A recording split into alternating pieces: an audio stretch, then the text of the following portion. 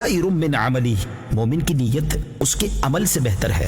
اللہ کی رضا پانے اور ثواب کمانے کی غرض سے پروگرام دیکھنے سے پہلے اچھی نیتیں فرما لیجئے۔ اللہ کی رضا کی خاطر علم دین حاصل کروں گا، سیکھ کر دوسروں تک نیکی کی دعوت پہنچاؤں گا، خاص باتیں لکھوں گا، اول تا آخر دیکھوں گا۔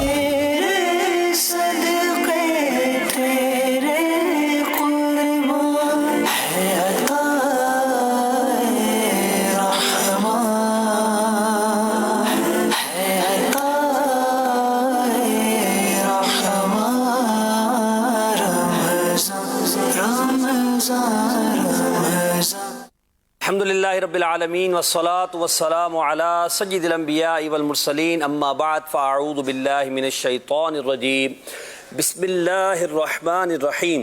الصلاة والسلام علیکہ یا رسول اللہ وعلی آلکہ واصحابکہ یا حبیب اللہ۔ الصلاة والسلام علیکہ یا نبی اللہ وعلی آلکہ واصحابکہ یا نور اللہ۔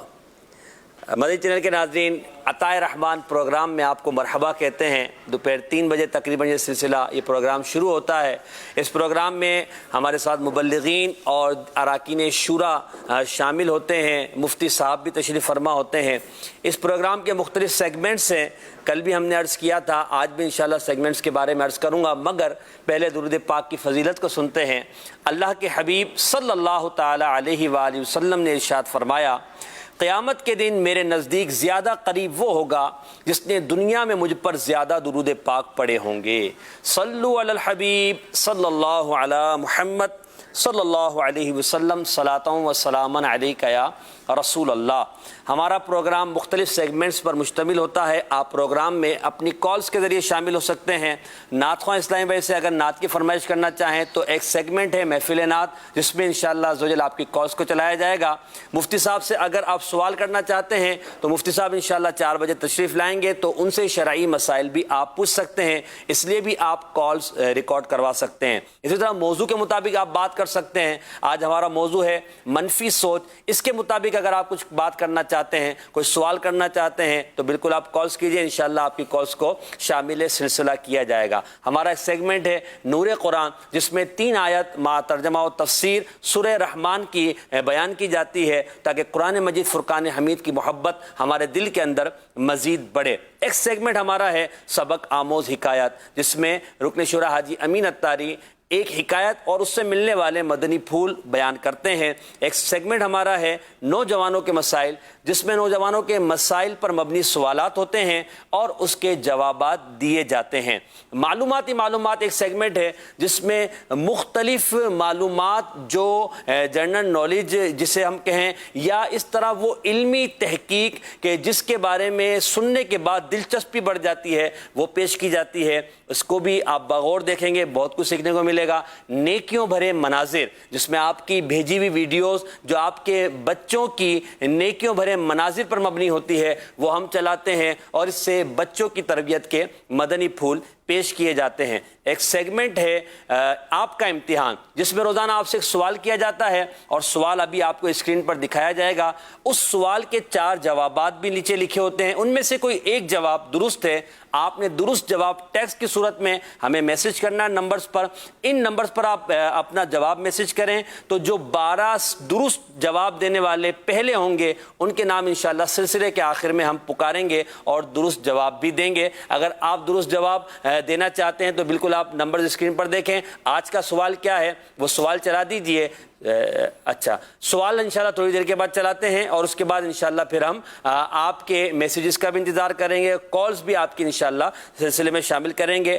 بڑھتے ہیں ہم اپنے پہلے سیگمنٹ کی طرف، نور قرآن، جس میں قرآن مجید فرقان حمید یعنی سورہ رحمان کی آیات مع ترجمہ و تفسیر بیان کی جاتی ہے۔ دیکھیے نور قرآن۔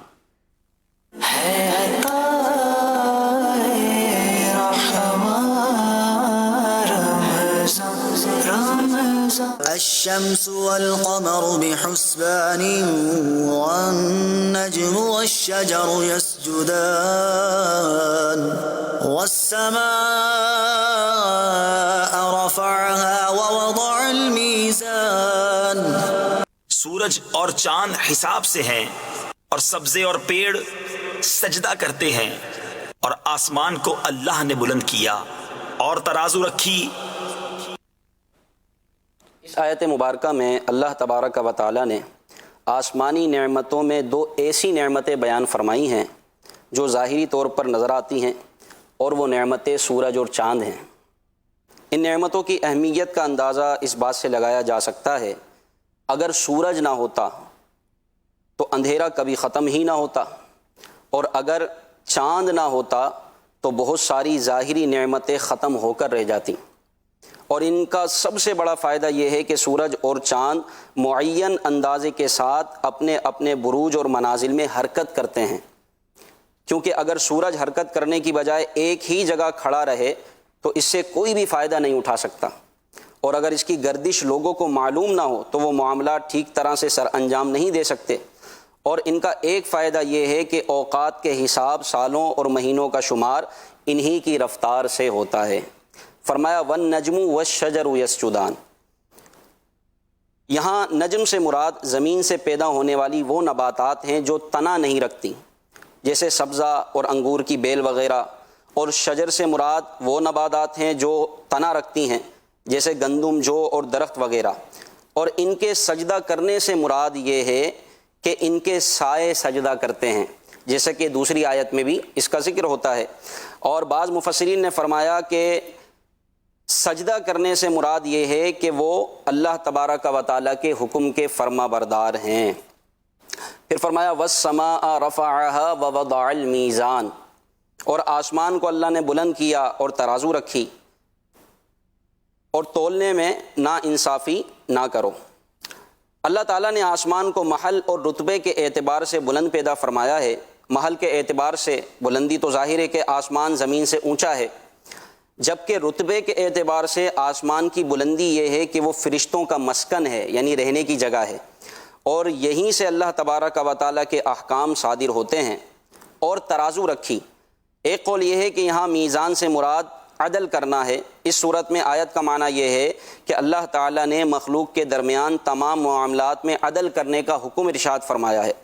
اور ایک قول یہ ہے کہ میزان سے مراد وہ تمام آلات ہیں جن سے اشیاء کا وزن کیا جائے اور ان کی مقداریں معلوم ہوتی ہیں، جیسے ترازو، اشیاء ناپنے کے آلات اور پیمانے وغیرہ۔ اس صورت میں آیت کے اس حصے اور اس کے بعد والی آیت کا معنی یہ ہے کہ اللہ تعالیٰ نے زمین پر اشیاء ناپنے اور تولنے کے آلات پیدا فرمائے، اور اپنے بندوں پر لین دین کے معاملات میں عدل قائم رکھنے اور برابری کرنے کے احکام نافذ فرمائے، تاکہ وہ ناپ تول میں نا انصافی نہ کریں اور کسی کی حق تلفی نہ ہو۔ ماشاءاللہ، صلو علی الحبیب صلی اللہ تعالی علی محمد صلی اللہ تعالی علیہ وآلہ وسلم۔ سیگمنٹ نور قرآن میں آپ نے سورہ رحمان کی 3 آیات سنی، اس کا ترجمہ اور تفسیر بھی سنی۔ اللہ پاک سورہ رحمان کی ان برکتوں سے ہمیں مالا مال فرمائے۔ روزانہ 3 آیات مع ترجمہ اور تفسیر پڑھنے کی ترغیب امیر اہل سنت مدظل العالی نے ہمیں مدنی انعامات میں عطا فرمائی ہے۔ مدنی انعامات کی اپلیکیشن بھی ہے، اگر آپ اسے پلے اسٹور سے ڈاؤن لوڈ کر لیں اور اپنے موبائل کے ذریعے بھی اگر آپ روزانہ اس کی فکر مدینہ محاسبہ کریں، غور و فکر کریں اور اس کے کالمز کو فل کریں، تو انشاءاللہ عز و جل آپ کو اپنے معاملات زندگی میں تبدیلی نظر آئے گی، اور آپ دیکھیں گے کہ آپ کے دل کے اندر نرمی پیدا ہوگی، نیکیوں کی طرف اللہ نے چاہا رغبت پیدا ہوگی۔ تو پروگرام آپ دیکھ رہے ہیں عطائے رحمان، اس میں ہمارا پہلا سیگمنٹ ہو چکا۔ بڑھتے ہیں دوسرے سیگمنٹ کی طرف، جس میں ہم آپ سے ایک سوال کرتے ہیں۔ سیگمنٹ کا نام ہے آپ کا امتحان۔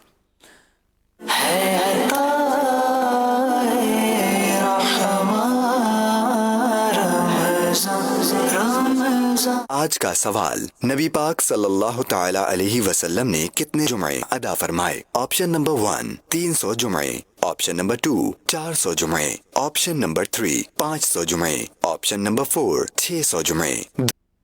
ماشاء اللہ ماشاء اللہ، کتنے جمعے نبی پاک علیہ السلام نے ادا کیے، یہ آپ نے جواب دینا ہے ٹیکسٹ کی صورت میں۔ آپ کے صحیح جوابات، جو پہلے 12 صحیح جواب دینے والے ہوں گے، ان کے نام انشاءاللہ آخر میں سلسلے میں ہم مدنی چینل کی اسکرین پر بھی دکھائیں گے اور ان کے اعلان بھی کریں گے۔ آپ اپنے جوابات ان نمبرز پر بھیج دیجئے، انشاءاللہ عز و جل ان کا ہم اعلان کریں گے۔ ہمارا آج کا موضوع ہے منفی سوچ۔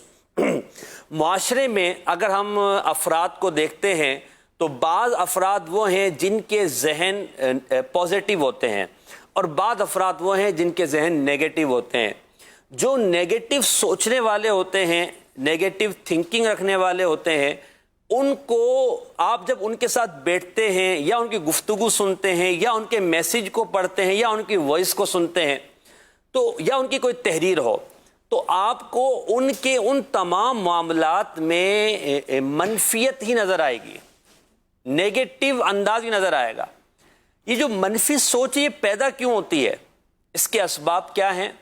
اچھا، پھر اس منفی سوچ کے نقصانات کیا ہیں انسان کی شخصیت کو، جس شخص میں یہ بری بات ہو، اور پھر جو معاشرہ ہے اس کو کیا نقصان پہنچتا ہے اس سوچ کی وجہ سے. اس پر آج ہم انشاءاللہ مبلغین سے گفتگو کریں گے، اسباب پر بھی گفتگو کریں گے، علاج کو جاننے کی بھی کوشش کریں گے، اپنی سوچ کو تبدیل کرنے، اپنی مینٹلٹی کے بارے میں غور و فکر کرنے پر بھی انشاءاللہ عز و جل آج گفتگو کریں گے. دیکھیے، ایک ہوتا ہے انسان جو ہے نا وہ تعمیری گفتگو کرتا ہے. تعمیری گفتگو مثال کے طور پر کسی میں کوئی کمی بھی دیکھی ہے، کوئی عیب بھی دیکھا ہے، تو اس کو اس انداز میں بیان کیا جائے کہ اس کو اپنے عیب پر اطلاع ضرور ہو مگر وہ اس کو اپنے لیے عار نہ سمجھے اور اس عیب کو دور کرنے کی تگ و دو کرے. اس پیارے انداز میں مثال کے طور پہ کیا ہی اچھا ہوتا کہ اگر آپ بولتے ہوئے ان الفاظ کا چناؤ کر لیتے تو آپ کی گفتگو میں اور نکھار پیدا ہو جاتا. یہ ایک انداز ہے.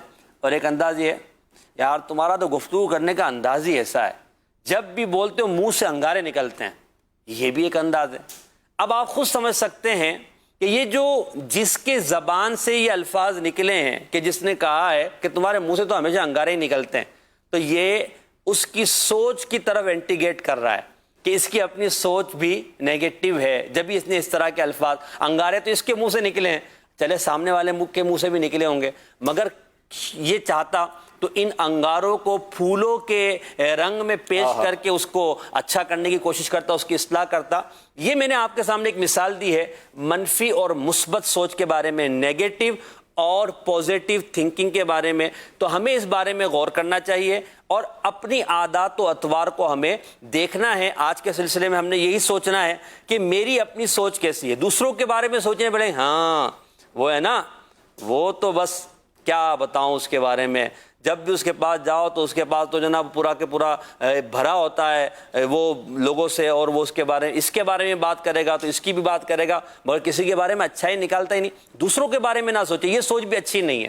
اس کو بھی آپ اپنے موضوع میں لے لیں، منفی سوچ. تو لہٰذا اپنی سوچ کو پاکیزہ کریں، اچھا کریں، مثبت سوچ بنائیں، پازیٹیو سوچ بنائیں. انشاءاللہ عز و جل اس کے آپ کو دنیا اور آخرت میں فوائد ملیں گے.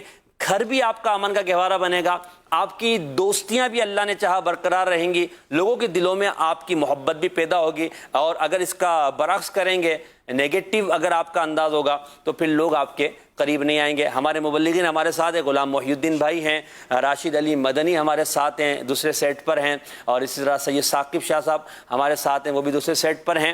تو ان سے بھی انشاءاللہ گفتگو کریں گے. پہلے راشد بھائی کی طرف بڑھتے ہیں.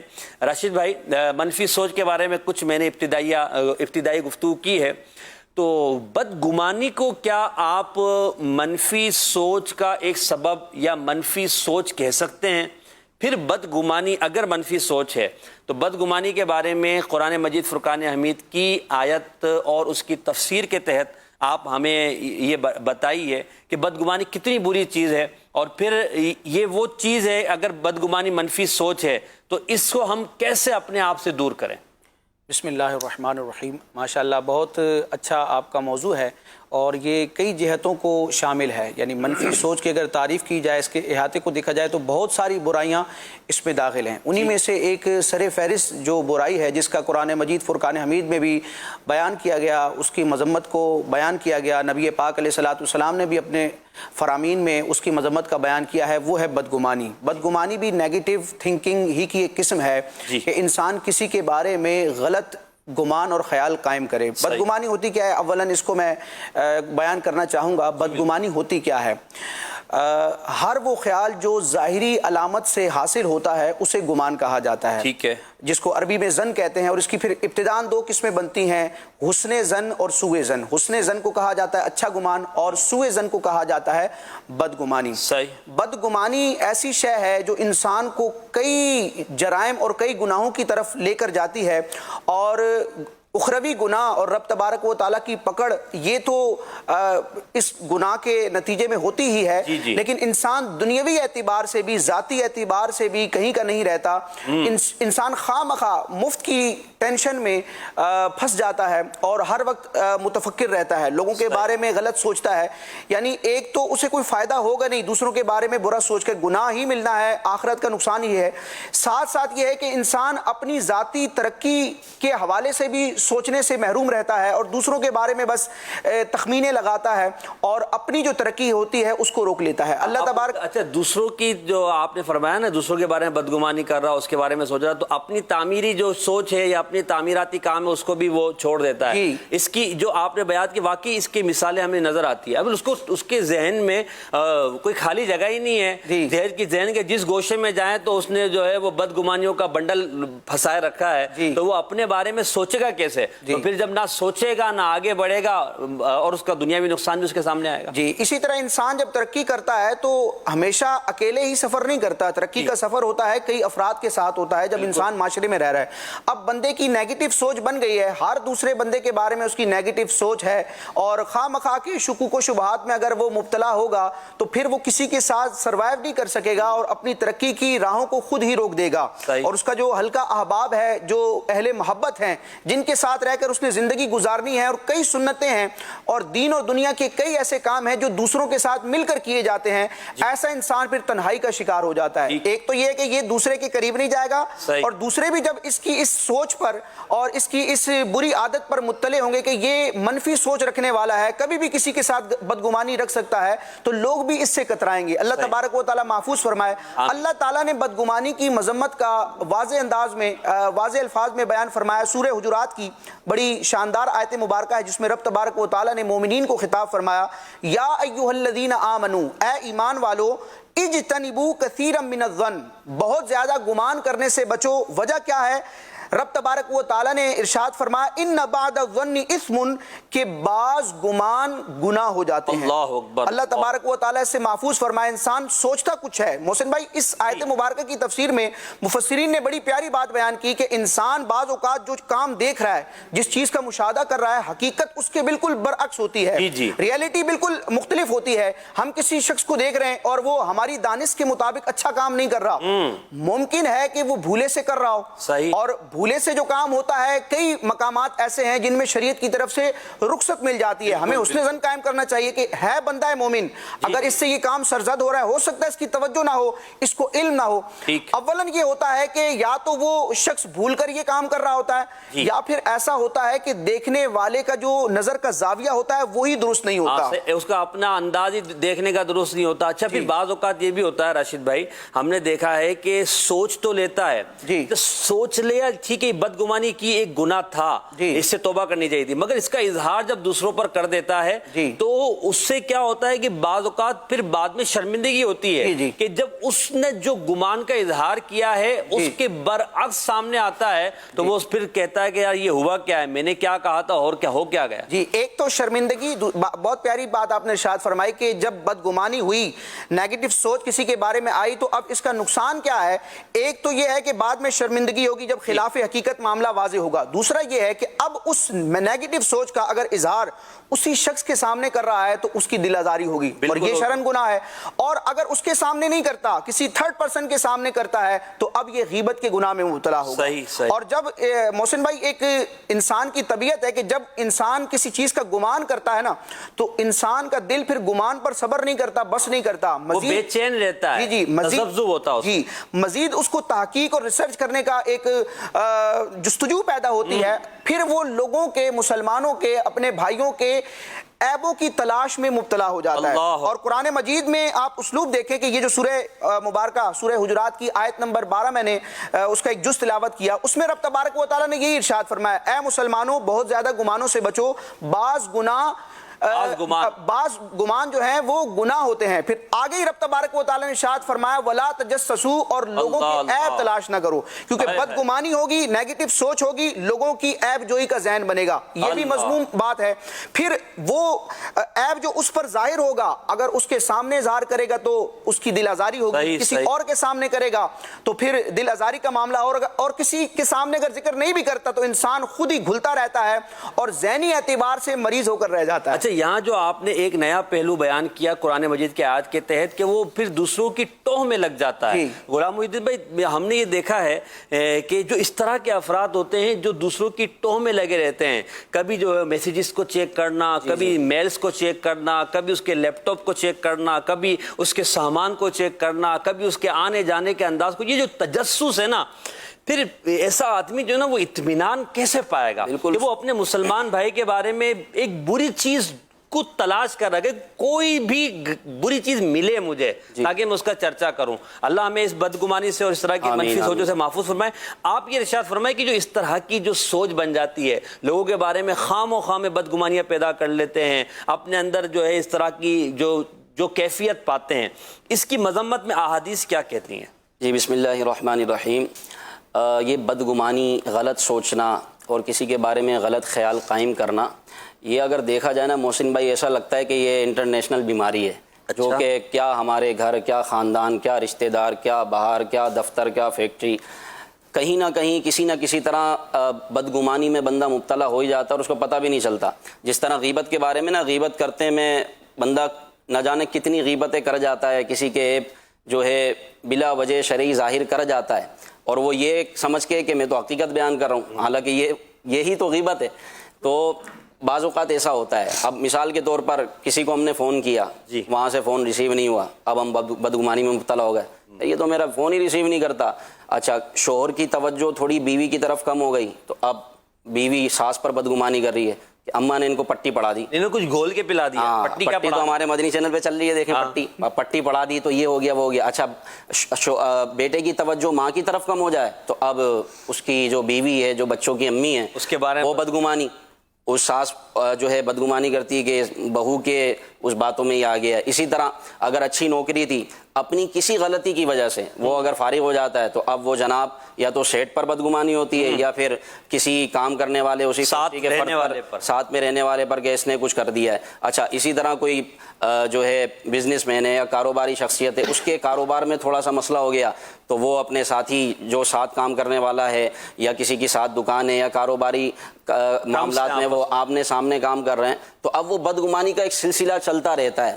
تو یہ ہمیں خیال کرنا چاہیے. یہ بہت پیارا ارشاد فرمایا ہمارے راشد بھائی نے. واقعی بدگمانی کرنے والا نا ایک طرح سے نفسیاتی مریض بن جاتا ہے. نفسیاتی مریض. اور بدگمانی, یہ اس کے کئی علاج بیان فرمایا. بدگمانی ہوتی کیوں ہے؟ یہ ہوتی ہے بغض, حسد, کینے کی وجہ سے اور بری صحبتوں کی وجہ سے.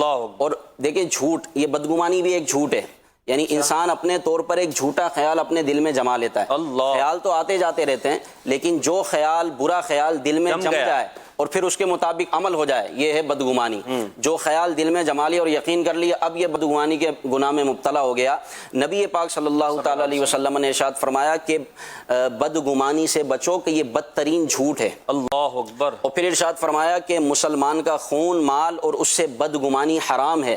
اور ہماری امی جان سیدہ عائشہ صدیقہ طیبہ طاہرہ رضی اللہ تعالی عنہا سے مروی ہے, آپ فرماتی ہیں میرے سرتاج صاحب معراج صلی اللہ تعالی علیہ وسلم نے ارشاد فرمایا مسلمان بھائی سے برا گمان کرنا ایسا ہی ہے جیسے کہ اس نے اپنے رب سے برا گمان کیا. استغفر اللہ. اب آپ دیکھیے کہ بدگمانی انسان کو کہاں سے کہاں پہنچا دیتی ہے, انسان کا سکون برباد ہو جاتا ہے.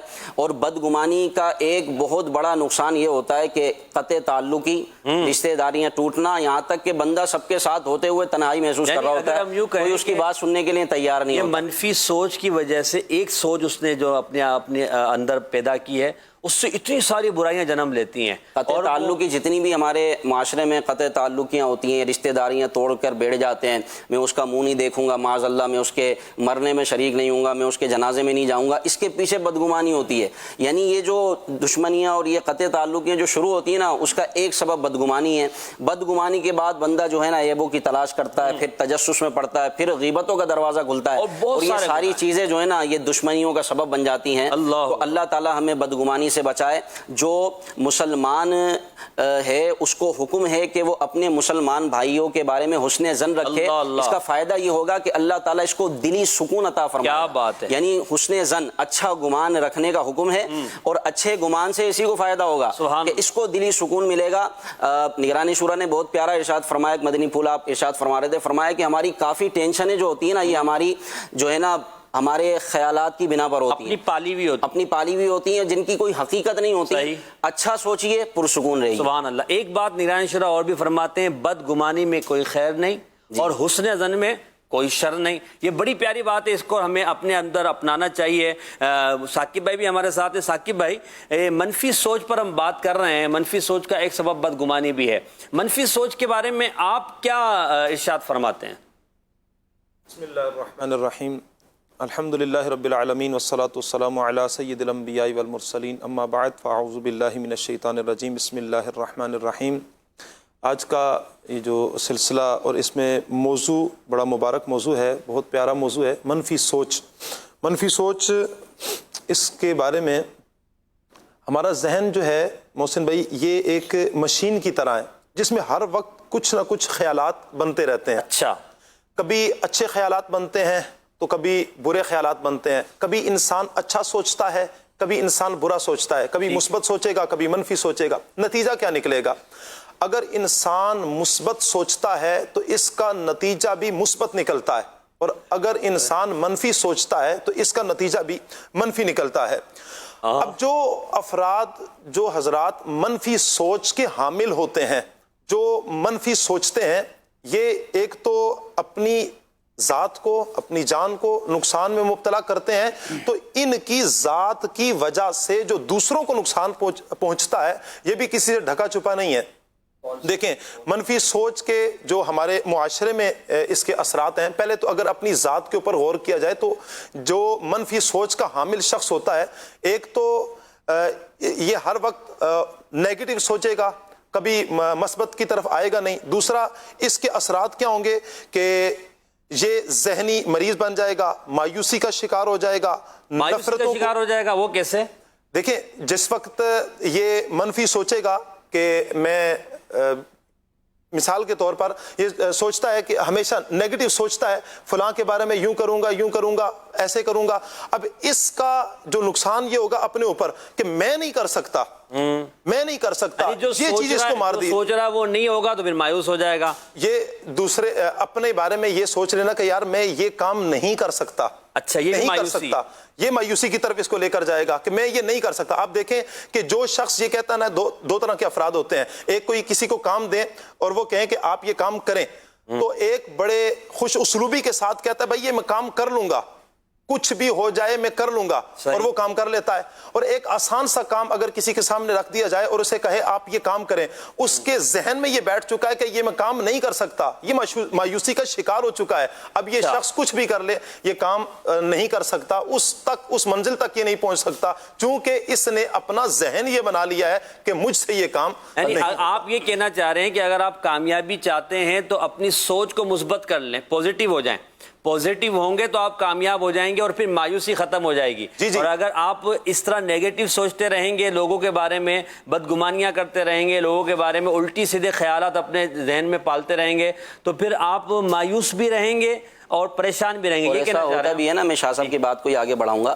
جو یہ بدگمانی کرنے والا ہوتا ہے نا، یہ اتنا حساس ہو چکا ہوتا ہے، اگر سامنے دو افراد بات کر رہے ہوں گے نا، یہ کہے گا یہ میرے بارے میں بات ہو رہی ہے، یہ میرے دشمن بن چکے ہیں. حساس مطلب ان معنوں پر کہ یہ ایک طرح سے مایوسی کی طرف جا رہا ہے اور یہ کامیابی سے دور ہٹتا جا رہا ہے. یہ سمجھے گا سب میرے دشمن ہیں. اچھا بھائی یہ میرے بارے میں بات کیوں کر رہا ہے، یا میں نے یہ کپڑے ایسے پہنے ہیں، یہ میری طرف پتہ نہیں کیوں دیکھ رہا ہے. اب یہ اپنے طور پر لگ رہے ہو بھائی، تو اب یہ تو بدگمانی کر رہا نا، یار پتہ نہیں میرے ساتھ کیا مسئلہ ہے، یہ میرے بارے میں کیا بات کر رہے ہیں، یہ کیا کر رہے ہیں.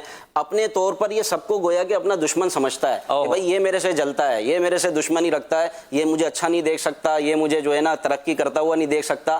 تو ایسا شخص جب بدگمانی قائم کر لیتا ہے اور ایسی سوچ اپنے ذہن میں پال لیتا ہے تو واقعی پھر وہ ڈپریشن کا شکار ہوتا ہے. اور ٹینشن جو ہے نا یہ ہزاروں بیماریوں کی ایک جڑ ہے. ٹینشن بالکل ہزاروں بیماریوں کی جڑ ہے اور اس سے انسان جو ہے پریشان رہتا ہے. تو منفی سوچ کے نقصانات پر بات ہو رہی ہے اور اس کے جو اسباب ہے اس پر بات ہو رہی ہے. راشد بھائی آپ نے ایک بات کہی تھی کہ جو منفی سوچ کرنے والا ہوتا ہے وہ تعمیری کام کی طرف نہیں بڑھ پاتا اور ثاقب بھائی نے فرمایا کہ وہ مایوس ہو جاتا ہے. تو میں آپ سے صرف ایک اس پر بات لینا چاہتا ہوں. مایوسی جو ہے مایوسی خود ایک منفی سوچ نہیں ہے. بالکل. یہی جب یہ ثاقب بھائی گفتگو کر رہے تھے میں نے کہا یہ جو سوچ ہے اپنے بارے میں کہ میں کچھ نہیں کر سکتا, اللہ تبارک و تعالیٰ نے انسان کو بڑی صلاحیتیں دی ہیں. انسان اپنے گرد و پیش میں دیکھے کہ اسی کے ساتھ رہنے والے افراد جو ہیں اسی کی طرح کے انسان ہیں, اسی کی طرح غذا کھاتے ہیں اور اسی معاشرے میں رہ کر کتنی ترقی کرتے ہیں دینی اور دنیاوی اعتبار سے. تو جب اللہ تبارک و تعالیٰ نے ان انسانوں میں یہ صلاحیت رکھی ہے تو اللہ تعالیٰ اس بات پر قادر ہے کہ ہمیں بھی ترقی کی راہیں دکھائے اور ہمیں کامیاب فرمائے. تو اپنے بارے میں مایوس ہو جانا, اپنے آپ کو ڈس ایبل سمجھنا, نااہل سمجھنا, بالخصوص جو اسٹوڈنٹس ہوتے ہیں, طلبہ ہوتے ہیں, ان میں ایک سوچ ہوتی ہے. ابتداءً دیکھیں محسن بھائی آپ بھی ماشاءاللہ ایک عرصے سے جامعۃ المدینہ میں پڑھا رہے ہیں, آپ ٹیچر ہیں, آپ کے بھی مشاہدات ہوں گے. ابتداءً کوئی بھی علم سیکھا جائے, دینی علم ہو دنیاوی علم ہو, ابتداءً کچھ دشواریاں ہوتی ہیں. اب شروع میں دشواریاں جب آتی ہیں کسی بھی کام کے حوالے سے بالخصوص تعلیمی اعتبار سے تو انسان جو ہے وہ مایوسی کا شکار ہوتا ہے اور ڈس ہارڈ ہو جاتا ہے کہ میں یہ نہیں کر پاؤں گا. تو ابتداءً کسی کام کی دشواری کو دیکھ کر مایوس ہونے کا جو ذہن ہے یہ بھی منفی سوچ ہے اور یہ انسان کی ترقی میں بہت بڑی رکاوٹ ہے. یعنی سب سے بڑی رکاوٹ یا سب سے پہلی رکاوٹ اسی کو آپ سمجھ لیں کہ کوئی بھی کام انسان شروع کرنے جا رہا ہے اور دیکھیں کوئی بھی کام ہوتا ہے زندگی میں اس میں خطرات اور خدشات ہوتے ہیں. جی اس کے بغیر تو چل ہی نہیں سکتا. لوگ لاکھوں روپے کماتے ہیں, کاروبار کرتے ہیں, انویسٹمنٹ کرتے ہیں, انہیں بھی اس بات کا امکان بھی ہوتا ہے اور ان کے ذہن میں بھی ہوتا ہے کہ لاس بھی ہو سکتا ہے, لاکھوں اربوں روپے کا لاس ہو جاتا ہے. لیکن ان خدشات کی بنا پر انسان اپنے کام کو, روزی کو روکتا نہیں ہے. تو جس طرح دنیاوی اعتبار سے ہم کاروبار میں مال کمانے میں رسک لے لیتے ہیں تو اسی طرح تعلیمی اعتبار سے اور اپنی شخصیت کو نکھارنے کے لیے اور بالخصوص دین کے کاموں کو آگے بڑھانے کے لیے ہمیں منفی سوچ کا اور مایوسی کا شکار. اچھا, میں اگر آپ کی بات کو یوں کہیں کہ اگر آپ ترقی کرنا چاہتے ہیں تو پہلے مایوسی کے دروازے کو بند کر دیں. مایوسی کا دروازہ بند ہو جائے گا تو پھر آپ ترقی کے زینے چڑھ سکیں گے. تو اسی موضوع پر کچھ کالز بھی بتا رہے ہیں منفی سوچ کے حوالے سے, تو کالز لے لیتے ہیں, پھر ہمیں سیگمنٹ کی طرف بھی بڑھنا ہے. نعت خواہ اسلام بھائی بھی ہمارے آ گئے ہیں, غالباً عدیل بھائی تشریف لائے ہیں, تو انشاءاللہ پھر منفی اپنے لیکن محسن بھائی یہاں ایک جملہ میں ذکر کرنا چاہوں گا. میں اکثر اسٹوڈنٹس کو یہ جملہ کہتا ہوں, دیکھیں جو ناممکن ہے, جو بات امپاسبل ہے عقلی اعتبار سے, شرعی یا عادی اعتبار سے, اگر ناممکن ہے اس کی تو جستجو کی بھی نہیں جائے گی, نہ اس کے بارے میں افسوس کیا جائے گا یا فکر کی جائے گی. لیکن یہ ہے کہ جو چیز ممکن ہے, جو چیز پاسبل ہے اس کو آپ کر سکتے ہیں. تو ممکنات جو ہیں, جو ممکن ہے, جو بندے کی قدرت میں ہے, اس کی جستجو بھی کرنی چاہیے, اس سے مایوس نہیں ہونا چاہیے, رب کی رحمت پر بھروسہ رکھنا. جب غلام محی الدین بھائی اچھا بول سکتے ہیں تو میں بھی ان کو دیکھ کر اچھا بول سکتا ہوں. مجھے اچھا بولنے والا بنا. عظیم بھائی اچھی نعت پڑھ سکتے ہیں تو میں بھی اچھی نعت پڑھ سکتا ہوں نا, یعنی میں کوشش تو کروں نا. اچھا, میں ان کے بارے میں وہ نہ کروں کہ یار یہ دیکھو ترقی کر رہا ہے. اب یہ جو ترقی کر رہا ہے دل کے اندر ان کے لیے جو غلط باتیں آ رہی ہیں نا, یہ ہے حسد. یہ جو آپ نے دو جملے بولے, یہ دو جملے بھی بعض اوقات منفی سوچ سے نکال دیتے ہیں انسان کو. یعنی بالخصوص طلبہ کے حوالے سے بات کی, یا اس طرح کے افراد ہوتے ہیں جو منفی سوچ کا شکار ہوتے ہیں, ان پر صرف ایک تھپکی چاہیے ہوتی ہے. اور تھپکی دیں گے, تھپڑ دیں گے, نہیں تھپکی دینے, بعض تو تھپکی میں تھپڑ لگا دیتے ہیں. تو تھپکی میں تھپڑ نہیں, صرف تھپکی چاہیے اور میٹھے جملے چاہیے. آپ یقین مانیں کئی ایسے طلبہ ہم نے دیکھے, کیونکہ میرا بھی تعلق جامعۃ المدینہ سے الحمدللہ, بس ان کو پیار محبت سے سمجھایا بیٹا آپ یہ کر سکتے ہو. ماشاءاللہ وہ اتنا زبردست طریقے سے انہوں نے جو ہے آگے بڑھے اور اچھا پڑھا کہ ماشاءاللہ وہ پاس. یہ پھر ہر کام میں, یہ ہر کام میں ہے, آپ پیار محبت سے کسی کو سمجھاتے ہیں تو وہ آگے بڑھ ہی جاتا ہے. بہرحال اپنی سوچ کو اچھا کریں, انشاءاللہ آپ کی سوچ اچھی ہوگی تو آپ کو سامنے بھی سب اچھا نظر آ رہا ہوگا, اندھیرا نظر نہیں آئے گا, انشاءاللہ اجالا ہوگا اور آپ چل سکیں گے. جی کال دیجیے گا. اطہر اتاری اسلام آباد سے عرض کر رہا ہوں.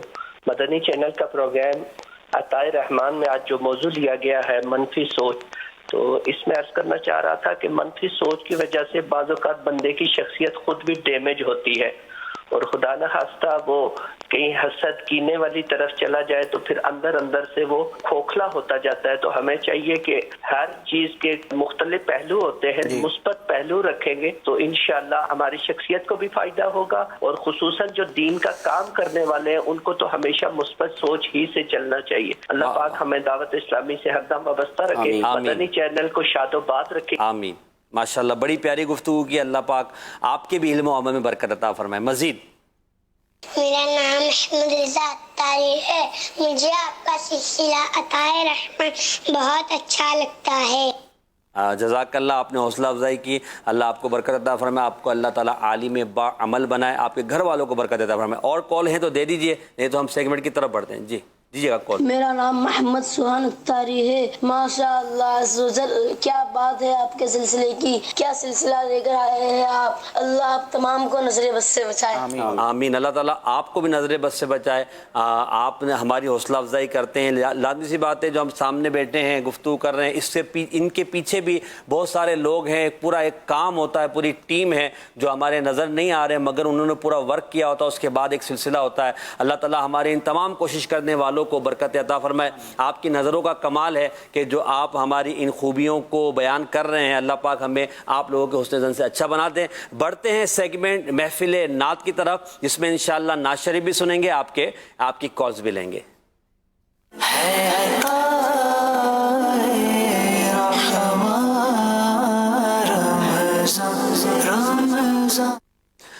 ماشاءاللہ آج محفل نعت سیگمنٹ میں ہمارے ساتھ عظیم بھائی ہیں, بڑی پیاری نعت پڑھتے ہیں. آج کون سا کلام آپ سنائیں گے عظیم بھائی؟ اور یہ کہ اگر ہمارے ناظرین بھی کالز کے ذریعے عظیم بھائی سے فرمائش کرنا چاہتے ہیں نعت کی تو بالکل کالز کیجئے. انشاءاللہ نعت شریف کے بعد ہم آپ کی کالز کو شامل سلسلہ کریں گے. جی عظیم بھائی. انشاءاللہ عز و جل برادر اعلی حضرت شہنشاہ سخن مولانا حسن رضا خان صاحب کا لکھا ہوا بڑا خوبصورت کلام. واہ واہ. نگاہ لطف کے امیدوار. تھوڑا مائک قریب کر کے انشاءاللہ. ماشاءاللہ شروع کریں. صلو علی الحبیب صلی اللہ تعالی علی محمد صلی اللہ تعالی علیہ وسلم. صلی اللہ علیہ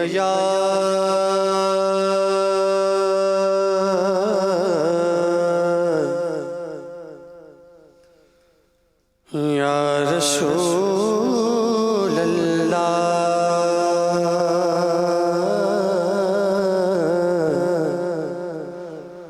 وسلم علیک یا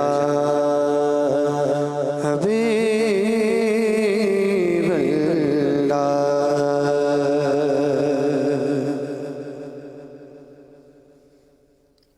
نگاہ لطف کے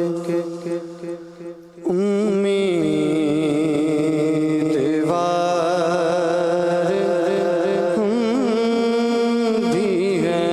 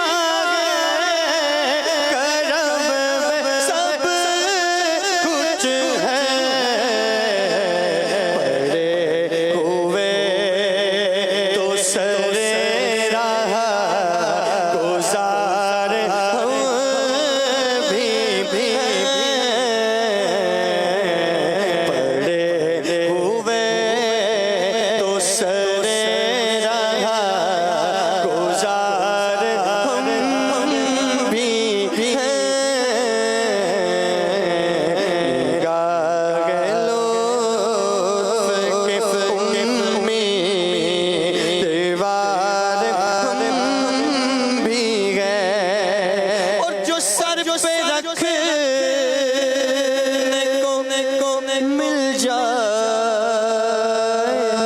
نال پاک حضور جو سر پہ رکھنے کو مل جائے نال پاک حضور جو سر پہ رکھنے کو مل جائے نال پاک حضور تو پھر کہیں کہ ہاں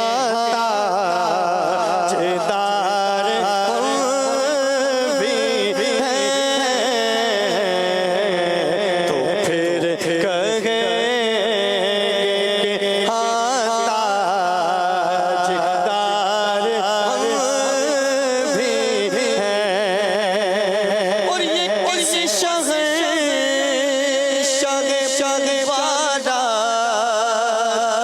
صدقہ بٹتا گئے یہ کس شاہ والا صدقہ بٹتا ہے کہ خسرووں میں پڑی ہے پکار ہم بھی ہیں کہ خسرووں میں پڑی ہے پکار ہم بھی ہیں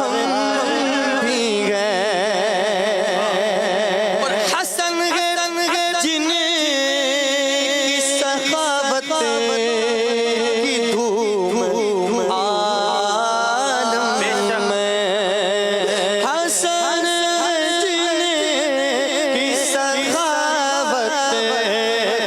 دھوم عالم میں حسن جن کی سخاوت کی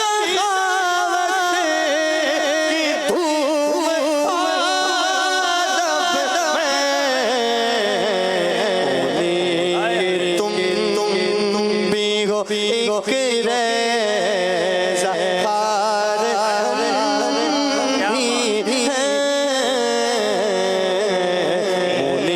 کہ تم بھی ہو ایک ریزہ خار ہم بھی ہیں گاہ لطف کے امیدوار ہم بھی ہیں ہوئے یہ دل بے قرار ہم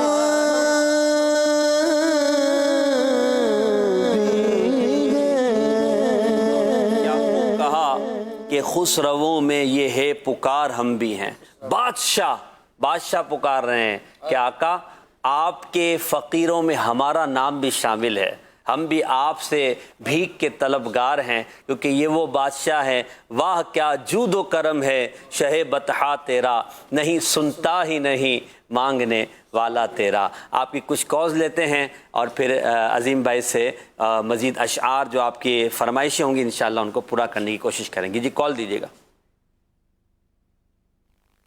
میرا نام محمد جنید اتاری، میں گلزار بصر گودا سے عرض کر رہا ہوں. ماشاءاللہ عطائے رحمان بہت ہی پیارا سلسلہ ہے. محسن بھائی اللہ تعالیٰ آپ کو برکتیں عطا فرمائے. میری نعت خواہ اسلامی بھائی سے عرض ہے کہ مجھے یہ کلام سنا دیجیے. جا زندگی مدینے سے جھونکے ہوا کے لا. جی انشاءاللہ مزید. جم نگر سے سگے اتار محمد ساجد اتاری عرض کر رہا ہوں. ماشاء اللہ پروگرام عطائے رحمان جاری وساری ہے. نعت خواہ اسلامی بھائی کی بارگاہ میں عرض ہے کہ اعلیٰ حضرت کا یہ کلام سنا دیجیے. خراب حال کیا دل کو پرملال کیا. جی مزید.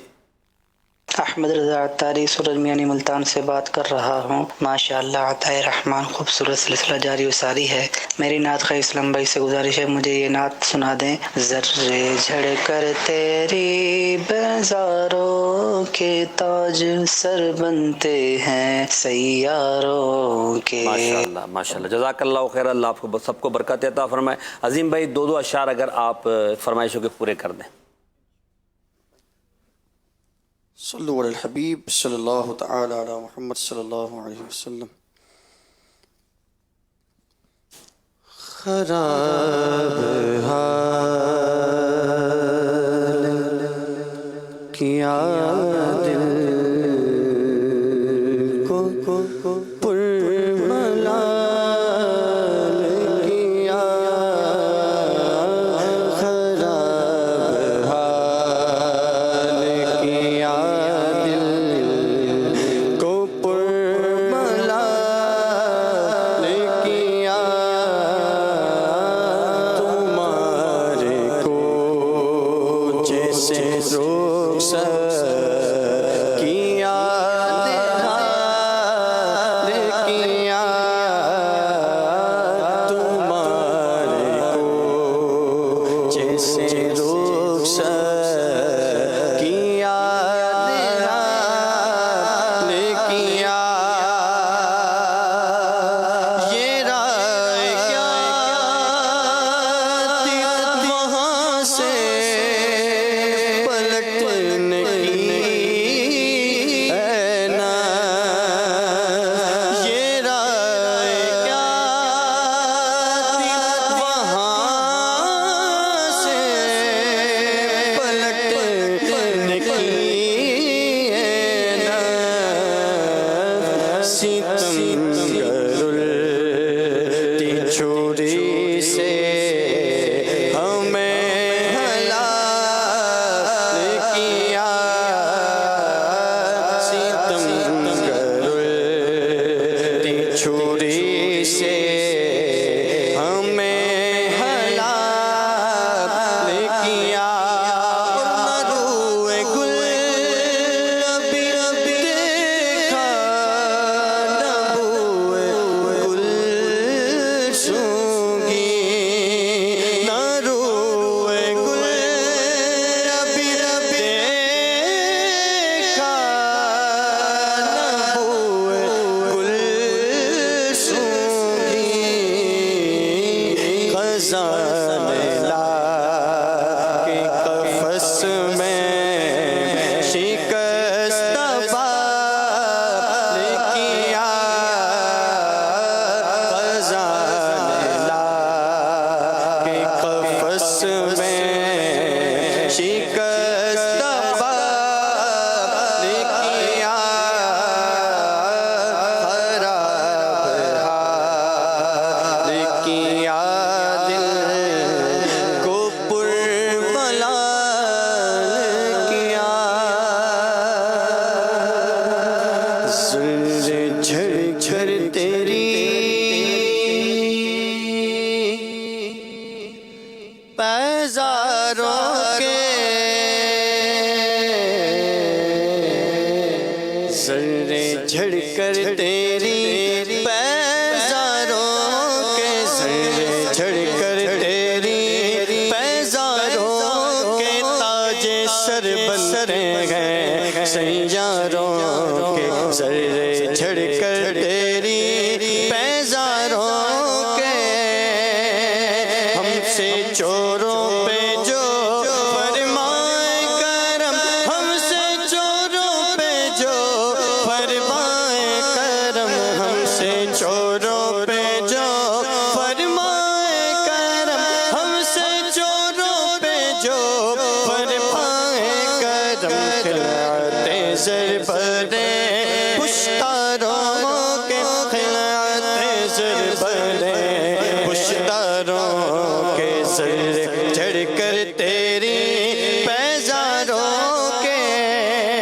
اور میرے آقا کا وہ در ہے جس پر میرے آقا کا وہ در ہے جس پر میرے آقا کا وہ در ہے جس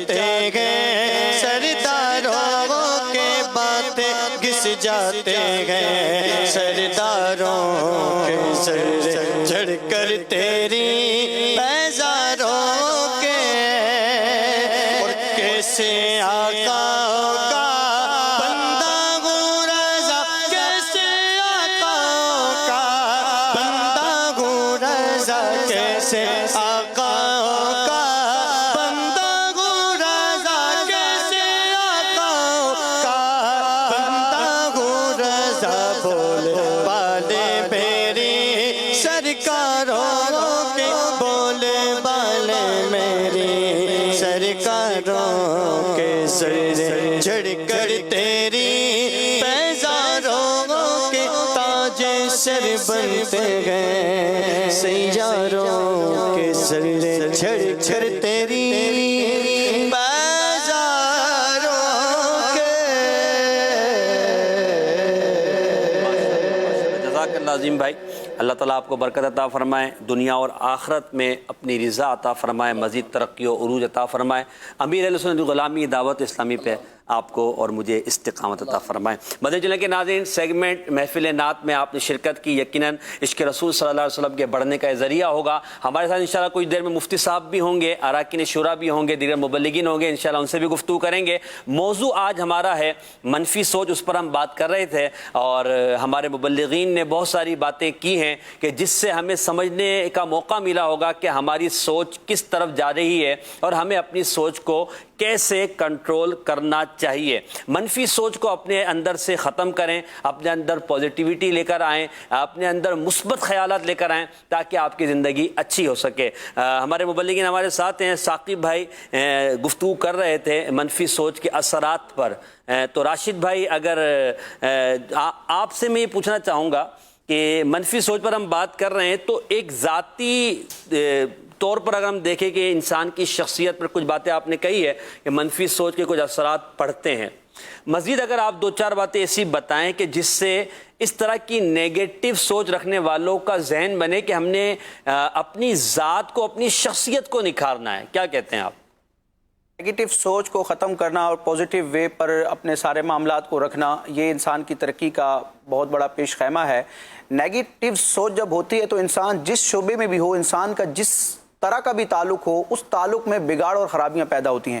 یعنی اگر نیگیٹو سوچ رکھنے والا شوہر ہے تو پھر یہ نیگیٹو سوچ بعض اوقات طلاق تک نوبت کو لے جاتی ہے۔ اگر نیگیٹو سوچ رکھنے والا سیٹ ہے یا آفیسر ہے اور وہ اپنے ماتحتوں اور اپنے مزدوروں ملازمین کے حوالے سے نیگیٹو سوچ رکھتا ہے تو پھر وہ اپنے کاروبار میں بھی بہت بڑا نقصان کر جائے گا۔ اسی طرح آپ قیاس کرتے رہیں، جس فیلڈ میں بھی ہے انسان جس کے حوالے سے نیگیٹو سوچ رکھتا جائے گا، اس فیلڈ میں اور اس شعبے میں اپنے آپ کے لیے بگاڑ پیدا کرتا جائے گا۔ ایک تو یہ ہے کہ جس طرح ایک کالر نے بھی کہا کہ انسان جب نیگیٹو سوچ رکھتا ہے تو وہ خود بھی ڈیمیج ہوتا ہے، لوگوں کی نظروں میں اس کی وہ وقت نہیں رہتی، لوگ اس سے کتراتے ہیں۔ پھر جسمانی طور پر بھی ایک تو یہ ہے کہ نیگیٹو سوچ بدگمانی کی طرف جائے گی، انسان گناہوں کی طرف جائے گا، آخرت کی ہلاکت خیزیاں ہیں۔ دنیاوی اعتبار سے بھی دیکھیں تو انسان کی صحت اور انسان کے جسم پر اس کا بہت بڑا اثر ہوتا ہے۔ قبلہ مفتی قاسم صاحب دامت برکاتہم العالیہ نے تفسیر صراط الجنان میں سورہ حجرات کی جو ابتدان میں نے آیت مبارکہ کا جز تلاوت کیا، سورہ حجرات کی آیت نمبر 12، اس کے تحت مفتی قاسم صاحب دامت برکاتہم العالیہ نے یہ بات لکھی ہے کہ ایک ریسرچ کے مطابق وہ لوگ جو دوسروں کے لیے مخالف سوچ رکھتے ہیں، یعنی منفی سوچ رکھتے ہیں، تو ان میں 67% افراد ایسے ہوتے ہیں جن کو دل کی بیماری ہوتی ہے اور وہ فالج کے مرض میں مبتلا ہوتے ہیں۔ یعنی سوچ، یہ دنیاوی نقصان، جی دنیاوی نقصان اتنا ہے کہ انسان کئی بیماریوں میں مبتلا ہو سکتا ہے۔ محسن بھائی، جب میں سلسلے کے حوالے سے تیاری کر رہا تھا، ایک جملہ انگلش کا ایک بڑا پیارا سینٹنس ہے، وہ میرے نظروں سے گزرا، میں چاہوں گا کہ مدنی چینل کے ناظرین سے بھی شیئر کروں۔ یعنی ایک جملہ ہے لیکن اس میں سب کچھ بیان کر دیا گیا، گویا کہ ہمارے پورے سلسلے کا جو کنکلوژن ہے، خلاصہ ہے، اس میں آ جائے گا۔ کہنے والے نے کہا کہ negative thinking will never make your life positive, کہ منفی سوچ کبھی بھی آپ کی زندگی کو مثبت نہیں بنا سکتی۔ اللہ اکبر، یہ بڑی پیاری بات آپ نے کہی. اس جملے پر اگر ہم غور کر لیں کہ منفی سوچ کبھی زندگی کو آپ کے پازیٹیو نہیں بنا سکتی، مثبت نہیں بنا سکتی. جب آپ کی زندگی ہی پازیٹیو نہیں ہوگی، مثبت نہیں ہوگی، تو لازمی سی بات ہے آپ پریشان ہی رہیں گے اور آپ جو ہے اس حوالے سے تذبذب کا شکاری رہیں گے. سکون آپ کی زندگی میں نہیں ہوگا. آپ اطمینان چاہتے ہیں، سکون چاہتے ہیں، پریشانیوں سے نجات چاہتے ہیں، اپنی سوچ کو اچھا کریں. مفتی کفیل صاحب بھی ہمارے ساتھ تشریف فرمائیں انشاءاللہ. ان سے اس موضوع پر بھی ہم بات کریں گے. کچھ شرعی سوالات کی کالز بھی ہیں، وہ بھی لیں گے. اگر ثاقب بھائی اسکرین پر آ سکتے ہیں تو ہم ان سے کچھ بات کر لیتے ہیں. جی ثاقب بھائی آن ایئر ہوں گے؟ جی ثاقب بھائی، آپ گفتگو فرما رہے تھے انسان کی شخصیت پر، معاشرے پر جو ہے وہ منفی سوچ کے اثرات. اس پر اگر آپ کوئی 2-3 باتیں بتائیں کہ معاشرے پر کیا اثرات پڑتے ہیں. بسم اللہ الرحمن الرحیم. دیکھیں محسن بھائی، معاشرے پر منفی سوچ کے اثرات، سب سے پہلے تو چونکہ فرد سے ہی معاشرہ بنتا ہے، اپنی ذات پر جو اس کے نقصانات ہیں، جس طرح بھی ہمارے راشد بھائی بیان فرما رہے تھے کہ دل کا عارضہ تک ہو جاتا ہے، اس میں لاحق ہو جاتا ہے بندہ. اور پھر جو منفی سوچ کے اثرات آگے ہم دوسروں تک منتقل کرتے ہیں. اگر تو والدین ہیں، دیکھیں والدین کی اگر منفی سوچ ہو تو بچوں میں ایک تو احساس کمتری ہوگی، کیونکہ والدین منفی سوچ کی بنا پر وہ آپس میں لڑیں گے، جھگڑیں گے، وہ ایک دوسرے کے بارے میں بدگمانی کا شکار ہوں گے، شک کی بنیاد پر وہ ایک دوسرے سے ناراضگی کا اظہار کریں گے. وہ لڑائی جھگڑے کا ماحول جب گھر میں بنے گا تو بچے ایک تو احساس کمتری کا شکار ہوں گے.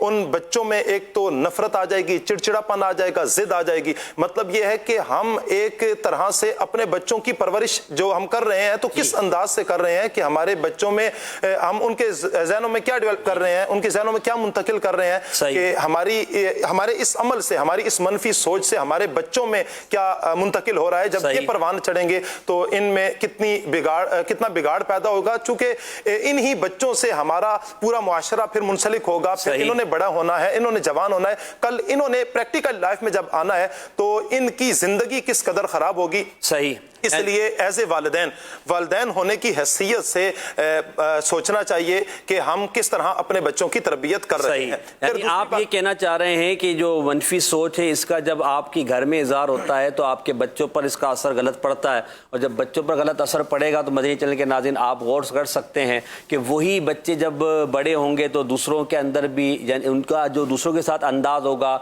تعلق ہوگا، وہ بھی اسی انداز کا ہوگا. تو وہ پھر معاشرے میں یہی سوچ پروان چڑھے گی اور اس سے جو ہے نقصانات معاشرے میں پیدا ہوں گے. مزید انشاءاللہ اس موضوع پر گفتگو کریں گے. کچھ سوالات ہیں مفتی صاحب کے لیے، وہ کالز چلا دیجیے، انشاءاللہ مفتی صاحب سے جوابات لیتے ہیں اور لوگوں کے شرعی مسائل کے حل پوچھتے ہیں. جی میں احمد حسین برکاتی احمد آباد سے عرض کر رہا ہوں. میرا سوال یہ ہے کہ فرض نماز جیسے عشاء کی مسجد میں باجماعت پڑھ کر کیا تراویح کی نماز مسجد کی چھت پر اوپر جا کر پڑھ سکتے ہیں یا نہیں؟ اس حوالے سے رہنمائی فرمائیں. بسم اللہ الرحمن الرحیم. رمضان المبارک کے اندر نماز وتر کی جماعت جو ہے وہ افضل ہے. تراویح کی جماعت جو ہے وہ سنت مؤکدہ علی الکفایہ ہے. تو مساجد کے اندر جہاں تراویح کی جماعت کا اہتمام ہے تو وہاں پر ضروری نہیں کہ نیچے ہی جو ہے وہ آپ ادا کریں. بعض مساجد جو ہے وہ بہت زیادہ بند ہوتی ہیں، اس کی وجہ سے جو ہے وہ ہوا کی پاسنگ جو ہے وہ نہیں ہوتی. تو اس وجہ سے بعض جگہوں کے اوپر نماز تراویح جو ہے وہ اوپر جو ہے ادا کی جاتی ہے، صحن میں یا چھت پر، یا اندر والے حصے میں ادا نہیں کرتے، باہر جو ہے وہ صحن میں ادا کرتے ہیں. تو اس صورت میں کر سکتے ہیں، اس میں کوئی حرج نہیں. ٹھیک ہے. اگلی کال.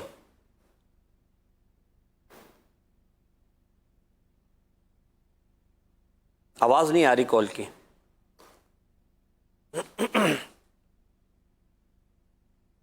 کال کی آواز نہیں آ رہی، کال دیجیے گا.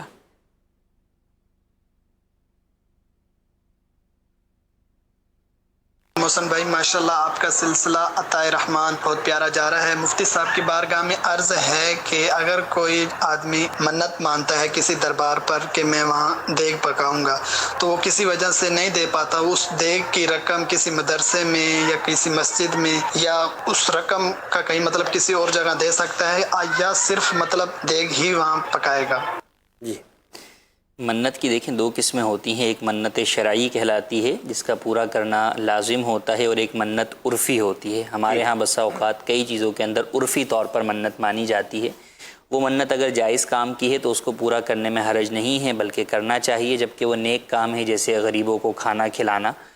بعض صورتوں کے اندر تو یہ منت شرعی بھی ہوتا ہے، لیکن بعض صورتوں میں مقصود یہ ہوتا ہے کہ اس مزار پہ آنے والے تمام زائرین چاہے وہ غریب ہوں یا امیر ہوں سب میں لنگر تقسیم کریں گے، تو یہ منت شرعی نہیں ہوتی، عرفی ہوتی ہے۔ تو اب اس کی جگہ پر اگر کوئی وہاں نہیں جا سک رہا خود تو کسی اور جگہ بھی غریبوں کو کھانا کھلا سکتا ہے، ضروری نہیں کہ وہیں پر جا کر جو ہے وہ کھلائے۔ یوں ہی اگر چاہتا ہے کہ اس کی جگہ پر جو ہے وہ کھانا کھلانے کے بجائے زیادہ ضرورت وہاں پر پانی پلانے کی ہے تو غریبوں میں پانی جو ہے وہ پلا سکتا ہے، یا ویسے ہی کسی جگہ ڈائریکٹ وہ پیسے غریبوں میں تقسیم کر سکتا ہے اتنی رقم کا جتنی رقم میں اس نے کھانا بنانا تھا، تو بالکل وہ پیسے بھی تقسیم کر سکتا ہے، اس میں کوئی حرج نہیں، کیونکہ یہ منت عرفی اس وجہ سے۔ جی مزید کال۔ مفتی صاحب سے میرا سوال ہے کہ پیر اور مرید کا آپس میں کیا رشتہ ہوتا ہے؟ پیر اور مرید کا آپس میں جو ہے وہ روحانی رشتہ ہوتا ہے، جیسے ایک دینی استاد اور جو اس کا شاگرد ہوتا ہے اس کے درمیان جو ہے وہ رشتہ ہوتا ہے۔ کہا جاتا ہے کہ استاد اور پیر جو ہے وہ در حقیقت روحانی باپ ہوتے ہیں انسان کے جسم کے اعتبار سے اس کا جسمانی باپ ہوتا ہے، اس کے اپنے حقوق ہوتے ہیں، اور جو دینی استاد ہوتا ہے کیونکہ پیر بھی جو ہے وہ در حقیقت رہنمائی کر رہا ہوتا ہے، استاد کی جگہ پر ہوتا ہے، تو وہ روحانی جو ہے وہ باپ ہوتا ہے، تو ان کا آپس میں روحانی رشتہ ہوتا ہے۔ اسی اعتبار سے پیر کی باتوں کو، جو کہ جامع شرائط پیر ہے اسی کے یہ احکام ہیں، اس کی باتوں کو فالو کرنا چاہیے۔ مزید کال۔ حضور آپ کی بارگاہ میں سوال یہ ہے کہ تراویح کے بارے میں جاننا چاہتا ہوں کہ تراویح نہ پڑھیں تو گناہ تو نہیں ہوتا، اور یہ بھی جاننا چاہتا ہوں کہ یہ فرض ہے، واجب ہے، یا سنت ہے، یا موقع ہے، یا کیا ہے؟ مثال بندہ نہیں پڑھتا تو گناہ گار ہوتا ہے، یا پڑھنے سے ثواب ملتا ہے، کیا طریقہ کار ہے اس کا؟ دیکھیں پڑھنے سے تو ثواب ملتا ہے، اس سے تو انکار ہی نہیں ہے نا، اور ثواب سے محرومی یہ کوئی کم جو ہے وہ بات نہیں ہے۔ باقی جہاں تک تراویح کا تعلق ہے تو تراویح کی نماز ہر عاقل بالغ مرد و عورت ہر ایک کے لیے سنت مؤکدہ ہے۔ سنت مؤکدہ کے ترک کرنے کی عادت ڈالنے والا گناہگار ہوتا ہے، تو لہٰذا تراویح کی نماز یہ نہیں ہے کہ پڑھ لی نہیں پڑھی تو نہیں پڑھی، یا جب دل چاہے پڑھ لی یا جتنی رکعت چاہے پڑھ لی، ایسا نہیں ہے، بلکہ ماہ رمضان المبارک کی ہر رات میں نماز تراویح ہر مرد و عورت جو کہ عاقل بالغ ہے اس کے لیے پڑھنا لازمی ہے، لہٰذا تراویح لازمی ادا کیجئے کہ اس کے ذریعے ثواب بھی حاصل ہوگا، کہ نبی کریم صلی اللہ تعالیٰ علیہ وآلہ وسلم کا فرمان عالی شان ہے کہ جس نے ماہ رمضان میں قیام کیا ایمان کی حالت میں اور ثواب کے لیے، مقصد جو ہے وہ اللہ تبارک و تعالیٰ کی رضا ہے، تو غفر لہ ما تقدم من ذنبہ، فرمایا کہ اس کے پچھلے سارے گناہ بخش دیے۔ سبحان اللہ، واہ! تو کتنی بڑی جو ہے وہ فضیلت ہے، تو یقیناً ہم میں سے ہر ایک کو اس فضیلت کو پانے کے لیے بھی، نبی کریم صلی اللہ تعالیٰ علیہ وآلہ وسلم کی سنت پر عمل کرنے کے لیے بھی، اور رب تعالیٰ کی بارگاہ میں قرب حاصل کرنے کے لیے بھی نماز تراویح کا باقاعدہ اہتمام کرنا چاہیے۔ آج ہم لوگ بہت سارے کئی لوگ سوال تراویح کا کرتے ہیں، حالانکہ بزرگان دین کی سیرت کو دیکھیں تو تراویح تو جدا بات ہے، وہ تو تراویح کے بعد بھی پوری رات جو ہے وہ نوافل میں گزار دیتے تھے، اور پھر جب صبح ہو جاتی تھی تو وہ پوچھتے تھے کیا اتنی جلدی صبح ہو گئی؟ اللہ اللہ، تو یہ ان کا انداز ہوتا تھا۔ تو ہمیں بھی یہ چاہیے کہ نمازوں کو، عبادات کو گن گن کے ادا نہ کریں، سبحان اللہ، ہم جو ہے وہ بغیر گنے ادا کریں، اور رب تعالیٰ سے محبت اور اس کی جانب اس کی بارگاہ میں قرب حاصل کرنے کے شوق میں ادا کریں، کیا بات تو انشاءاللہ عز و جل وہ بھی ہمیں پھر بن مانگے عطا کریں۔ بلکہ فتاوی قاضی خان میں پڑھ رہا تھا تو وہاں لکھا کہ اہل مکہ کی عادت تھی کہ وہ 4 رکعت تراویح کے بعد پھر ایک طواف کیا کرتے تھے، پھر 4 رکعت تراویح پڑھتے تھے، پھر طواف کیا کرتے تھے، اور اہل مدینہ کی عادت تھی کہ وہ 4 رکعت تراویح جماعت کے ساتھ پڑھتے تھے، اس کے بعد 4 رکعت اپنے الگ سے نفل پڑھا کرتے تھے۔ تو یہ اتنا پیارا ان ہمارے بزرگوں کا، ہمارے پہلے کے اسلاف کا انداز رہا، تو ہمیں نوافل کی طرف بھی کثرت کرنی چاہیے، تراویح بھی پڑھنی چاہیے، ذکر و اذکار کی طرف بھی ہمیں توجہ کرنی چاہیے۔ ہاں، آج کا جو ہمارا سوال ہے ایک دفعہ دوبارہ آپ کو دکھایا جا رہا ہے، مدنی چینل کے ناظرین کے جوابات کا ہمیں انتظار رہے گا، SMS کے ذریعے آپ جواب دے سکتے ہیں۔ نبی پاک صلی اللہ علیہ وسلم نے کتنے جمعے ادا فرمائے؟ 4 آپشن ہے، 300، 400، 500، 600۔ ایک جواب اس میں جو ہے وہ درست ہے، آپ نے ٹیکسٹ کی صورت میں ہمیں میسج کرنا ہے انشاءاللہ عز و جل۔ آخر میں ہم پہلے 12 صحیح جواب دینے والوں کے نام بھی پکاریں گے۔ عبدالحبیب بھائی بھی ہمارے ساتھ سلسلے میں شامل ہو گئے ہیں، انہیں خوش آمدید کہتے ہیں۔ السلام علیکم ورحمۃ اللہ وبرکاتہ۔ وعلیکم السلام ورحمۃ اللہ وبرکاتہ۔ کیسے محسن بھائی؟ ٹھیک ہیں؟ مفتی صاحب کیسے ہیں آپ؟ ٹھیک ہیں؟ ماشاءاللہ، رمضان مبارک ہو آپ کو۔ خیر مبارک، آپ کو بھی بہت بہت مبارک ہو ماشاءاللہ۔ آج آپ ہمارے ساتھ سلسلے میں تشریف فرما ہیں۔ موضوع آپ نے کچھ نہ کچھ سنا ہی ہوگا کہ منفی سوچ پر ہم بات کر رہے ہیں، تو منفی سوچ پر میں آپ سے کچھ مدنی پھول لینا چاہوں گا۔ ایک بات تو آپ یہ ارشاد فرمائیں، کیا غصہ منفی سوچ کا سبب بن سکتا ہے؟ دیکھیں بات یہ ہے کہ منفی سوچ جو ہے نا نارملی، اچھا میری ایم سی آر والوں سے گزارش ہے کہ مجھے میری آواز بھی آ رہی ہے، پلیز وہ بند کر دیجیے گا۔ تو میں یہ کہہ رہا تھا کہ غصہ ہو وہ چڑچڑے پن کی طرف لے جاتا ہے جی۔ جب چڑچڑے پن کی طرف آپ جائیں گے تو پھر آپ کو ہر چیز جو ہے نا وہ مائنس لگتی ہے کہ یار یہ بھی گھر میں ٹھیک نہیں ہو رہا، کاروبار میں بھی یہ ٹھیک نہیں ہو رہا، وطن میں بھی یہ ٹھیک نہیں ہو رہا، تو یہ ساری باتیں آپ کو ڈسٹرب کریں گی۔ تو اگر انسان غصہ ضبط کرنے والا ہوگا تو وہ منفی سوچ کی طرف نہیں جائے گا۔ اچھا یہ آپ کا جو ٹاپک ہے نا اس وقت بہت اہم یوں ہے کہ اس میں پرابلم یہ ہو رہا ہے کہ یہاں پر جو لوگ ہیں وہ بہت زیادہ منفی سوچ کے متحمل ہو گئے ہیں، یعنی کیونکہ کاروبار بند ہیں، گھر میں بیٹھ گئے ہیں، اتنا نیگیٹو سوچ رہے ہیں کچھ لوگ کہ جس کو کہتے ہیں نا نفسیاتی مریض ہوتے جا رہے ہیں۔ اور یہ بڑا کمال کا آپ نے ٹاپک لیا، اور آج کے دور میں پازیٹیوٹی والی باتیں کرنے والے لوگ کم ہیں۔ انفارچونیٹلی سوشل میڈیا کھولیں تو یہ ملک برباد ہو گیا، تو اس ملک میں اتنے مریض آ گئے، تو یہاں ہاسپٹل بھر گئے، تو یہاں وینٹیلیٹر کم پڑ گئے۔ اچھا پھر پاکستان کے اندر خبریں دیکھ رہے ہوں گے جو لوگ، تو وہ ٹینشن کا شکار۔ تو یہ بار بار یہ خبریں سن کے لوگ منفی سوچ کا شکار ہو گئے۔ میں مفتی صاحب سے معذرت خواہ ہوں، مفتی صاحب موجود ہوں تو ہمیں کم ہی بولنا چاہیے، میں 2-4 منٹ اس موضوع پہ بات کر لوں کہ اس پہ میں آپ کو جو ناظرین ہے نا پلیز تھوڑا سا غور کیجئے۔ ہم یہ سوچ رہے ہیں کہ ہمارے کاروبار کا کیا ہوگا، ہم یہ سوچ رہے ہیں کہ کئی لوگوں کا کاروبار بند ہو رہا ہے، روزگار کم ہو رہا ہے، مگر اب بھی ہمیں بہت کچھ اللہ نے دیا ہے، اگر وہ سوچیں تو زبان پر انشاءاللہ اب بھی بے ساختہ شکر ادا ہو جائے گا۔ میں آپ کو ایک ایگزامپل دیتا ہوں محسن بھائی، کچھ دنوں پہلے ایک دوست سے بات ہوئی، وہ میرے بچپن کے دوست تھے، ان سے میں ایسی سلام دعا کے لیے فون کیا کہ سب خیر ہے نا گھر میں؟ تو وہ کہتے ہیں عبدالحبیب بھائی میں تو نفسیاتی مریض بن گیا ہوں۔ میں نے کہا کیوں، کیا ہو گیا؟ کہتے کاروبار بند ہے، فیکٹری بند ہے، پتہ نہیں کیا ہوگا، سب تباہ ہوتا نظر آ رہا ہے۔ تو میں نے ان کو یہ کہا کہ یہ بتاؤ تمہارا کاروبار چل رہا ہوتا، دکان بھی کھلی ہوتی اور فیکٹری بھی چل رہی ہوتی، اور گھر میں کرونا وائرس کا مریض ہوتا، بتاؤ وہ تمہاری حالت کیا ہوتی؟ پورا گھر ٹینشن میں ہوتا، خوف کی فضا ہوتی، سب کے ٹیسٹ ہو رہے ہوتے۔ اللہ نے آپ کو اور مجھے اس بیماری سے بچایا ہوا ہے، یہ شکر کا مقام نہیں ہے، کاروبار تو پھر شروع ہو جائے گا۔ اچھا یہ تو میں نے ایک مثال دی ہے، ورنہ اگر ناظرین سوچیں جتنے ہمیں سن رہے ہیں یقیناً ہم مشکل میں ہیں، اور یہ نہ سمجھیں کہ غریب مشکل میں ہے، امیر آدمی بھی بڑی مشکل میں ہے، کیونکہ اس کو روزانہ کی بنیاد پر بڑا نقصان ہو رہا ہے، اس کو یہ بھی فکر ہو گئی ہے کہ جو پیسے میں نے لوگوں کو دیے وہ واپس آئیں گے کہ نہیں آئیں گے۔ تو جب سارے ہی لوگ ٹینشن میں ہیں تو اس کو سوچ کے بیمار ہونے کی بجائے، نیگیٹو سوچنے کی بجائے پازیٹیوٹی والی باتیں غور کریں کہ اللہ نے زندہ رکھا ہے، اللہ نے آنکھیں دی ہیں، میرے گھر میں کوئی بڑی بیماری نہیں ہے، سب گھر والے زندہ تو ہیں، کئی جگہوں پر تو روزانہ 2,000 جنازے اٹھ رہے ہیں صرف کرونا وائرس کی وجہ سے، اور آل اراؤنڈ دا ورلڈ تو اور میتیں ہو رہی ہیں۔ تو اگر یہ سب چیزیں ہیں تو یہ اللہ کا شکر ہے، یہ مشکل وقت ہے، یہ نکل جائے گا۔ اور سبحان اللہ قرآن پاک میں اللہ تبارک و تعالیٰ نے جو شاندار ہمیں یوں سمجھے دلاسا عطا فرمایا، اور کیا پازیٹیوٹی اس آیت سے سیکھنے کو ملتی ہے کہ اللہ فرماتا ہے وَمَن يَتَّقِ اللَّهَ يَجْعَلْ لَهُ مَخْرَجًا، جو اللہ سے ڈرے اللہ اس کے لیے راستہ نکالے گا۔ کیا بات، اور پھر وَيَرْزُقْهُ مِنْ حَيْثُ لَا يَحْتَسِبُ، اللہ وہاں سے روزی دے گا جہاں تمہارا گمان بھی نہیں جائے گا۔ پھر آگے فرمایا وَمَن يَتَوَكَّلْ عَلَى اللَّهِ فَهُوَ حَسْبُهُ، جو اللہ پر بھروسہ کرے اللہ اس کے لیے کافی ہے۔ بے شک آپ یقین کریں، آپ بھروسے میں رہیں، اللہ پر توکل کریں، ہمت میں رہیں، یہ مشکل وقت گزرے گا اور اللہ ادھر سے روزی دے دے گا جدھر ہمارا گمان بھی نہیں ہوگا۔ اتنا سوچتے رہیں گے نا تو شاید کرونا وائرس سے تو کچھ نہیں ہوگا، نفسیاتی مریض نہ بن جائیں، ٹینشن کے مریض نہ بن جائیں، ڈپریشن کے مریض نہ بن جائیں۔ اور میں ایک آخری بات اس موضوع پہ کر کے پھر اوور ٹو مفتی صاحب اور آپ کی طرف پھر اور بات آگے بڑھائیں گے۔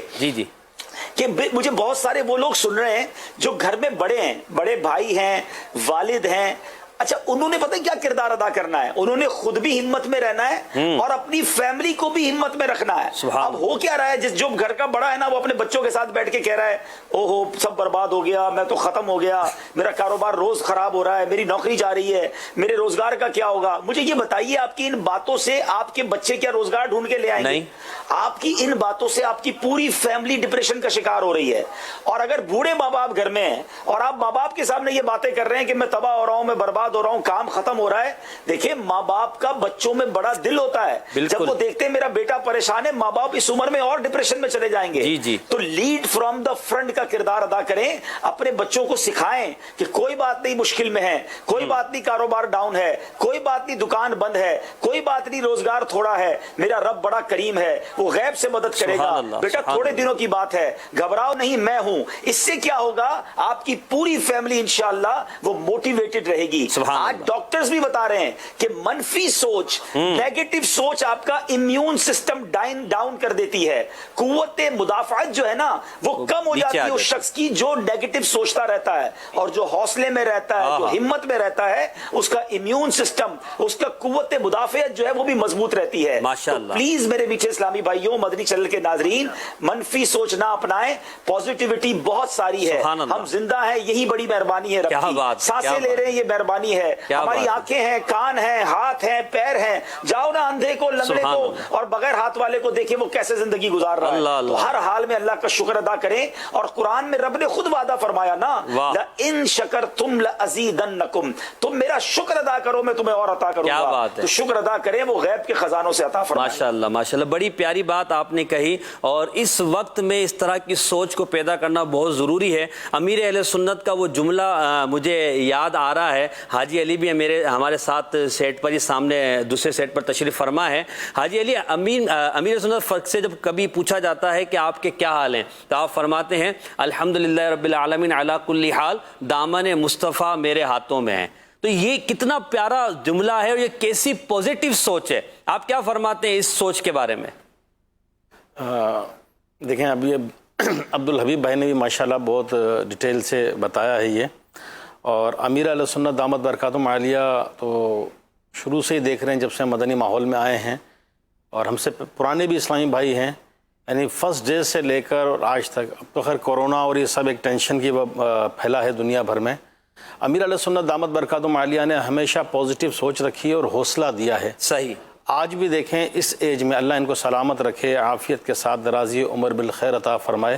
70+ ایج ہے, چہرہ مسکراتا ہوتا ہے. سبحان اللہ. دوسروں کو حوصلہ دیتے ہیں, جو انہیں دیکھ لے اپنا غم بھول جائے, دکھ بھول جائے. یہ تو یہ واقعی یہ ہے کہ بندہ خود بھی حوصلے میں رہے اور دوسروں کو بھی حوصلہ دے.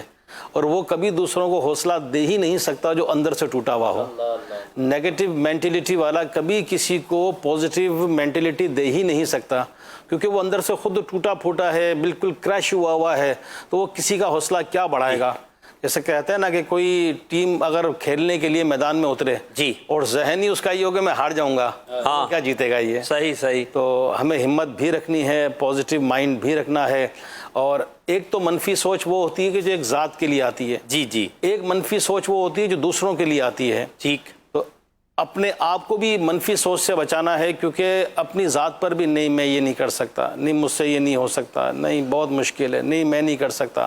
تو ایسے لوگ جو ہے وہ مایوسی میں چلے جاتے ہیں. اور ایسوں کی صحبت میں بیٹھنے والا, نہیں بھائی تو کچھ نہیں کر سکتا, جو دوسروں کو اس طرح ڈی موٹیویٹ کرتے ہیں نا, تو ایسے لوگوں کی صحبت میں رہنے والا بھی سمجھ لیں کہ وہ مائنس میں چلا جاتا ہے, منفی سوچ کی طرف چلا جاتا ہے. اللہ. تو صحیح آپ نے فرمایا کہ ایسی صحبت سے بھی بچیں کہ جو آپ کو جو ہے آپ کی جو قوت ہے, آپ کی جو سوچ ہے اس کو نیچے لے کر آئے اور آپ کو جو ہے وہ نیگیٹو مائنڈ کی طرف لے جائے, بلکہ ایسے لوگوں کے پاس بیٹھیں کہ جو آپ کے ساتھ بیٹھ کر آپ کے حوصلے کو بڑھائیں. حوصلہ رکھیے, دوسروں کو حوصلہ دینے والے بنیے, اپنی سوچ کو اچھا کیجیے. انشاءاللہ عز و جل اس کی برکتیں آپ کو ملیں گی. حاجی امین بھائی بھی تشریف لا چکے ہیں, انشاءاللہ ان سے بھی کچھ سیگمنٹ ہم ان کا جو ہے وہ لیں گے. پہلے بڑھتے ہیں ہم اپنے سیگمنٹ نوجوانوں کے مسائل کی طرف.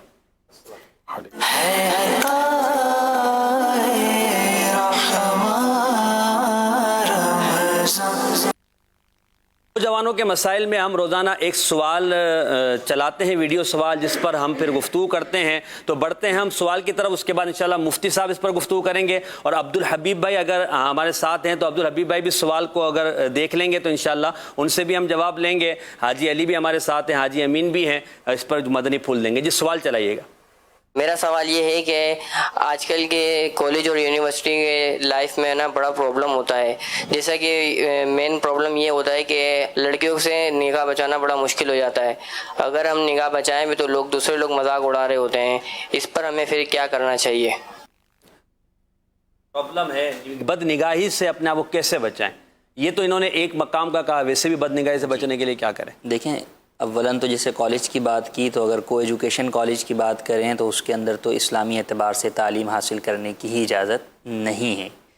تو اگر آپ اس طرف جا رہے ہیں کہ اس ماحول میں جا رہے ہیں جہاں پر آپ کو ان چیزوں میں بار بار مبتلا ہونا پڑتا ہے تو اسلام اسی لیے آپ کو اس ماحول کی طرف جانے سے ہی منع کرتا ہے. دوسری بات جو مین انہوں نے کی کہ ہمیں شرم آتی ہے یا لوگ جو ہے وہ اس کے اوپر طعنہ کرتے ہیں. جی، شرم و حیا کی اگر بات کریں تو وہ چیز جو کہ انسان کو روکتی ہے، تو اب دو طرح کی شرم ہوتی ہے. شرم کی جو قسم بیان کی یا حیا کی اقسام بیان کی علماء نے، ایک ہے لوگوں سے حیا اور ایک ہے اللہ تبارک و تعالیٰ سے حیا.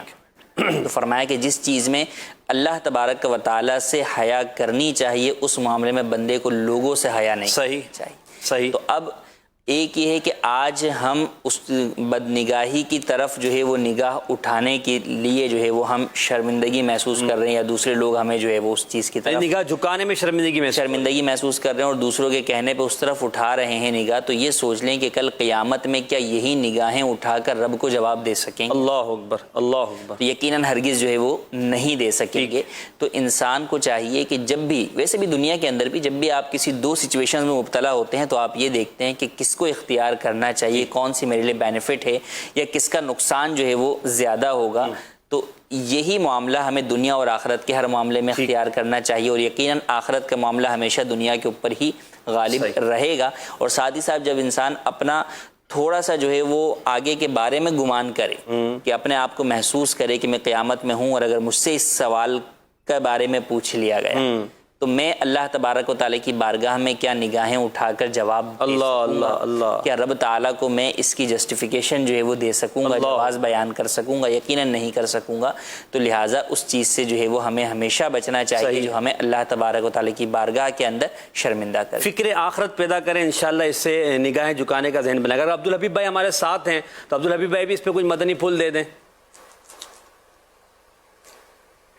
دیکھیں، یہ اسلامی بھائی کا جو سوال ہے بیسیکلی مفتی صاحب نے بہت خوبصورت جواب دیا ہے.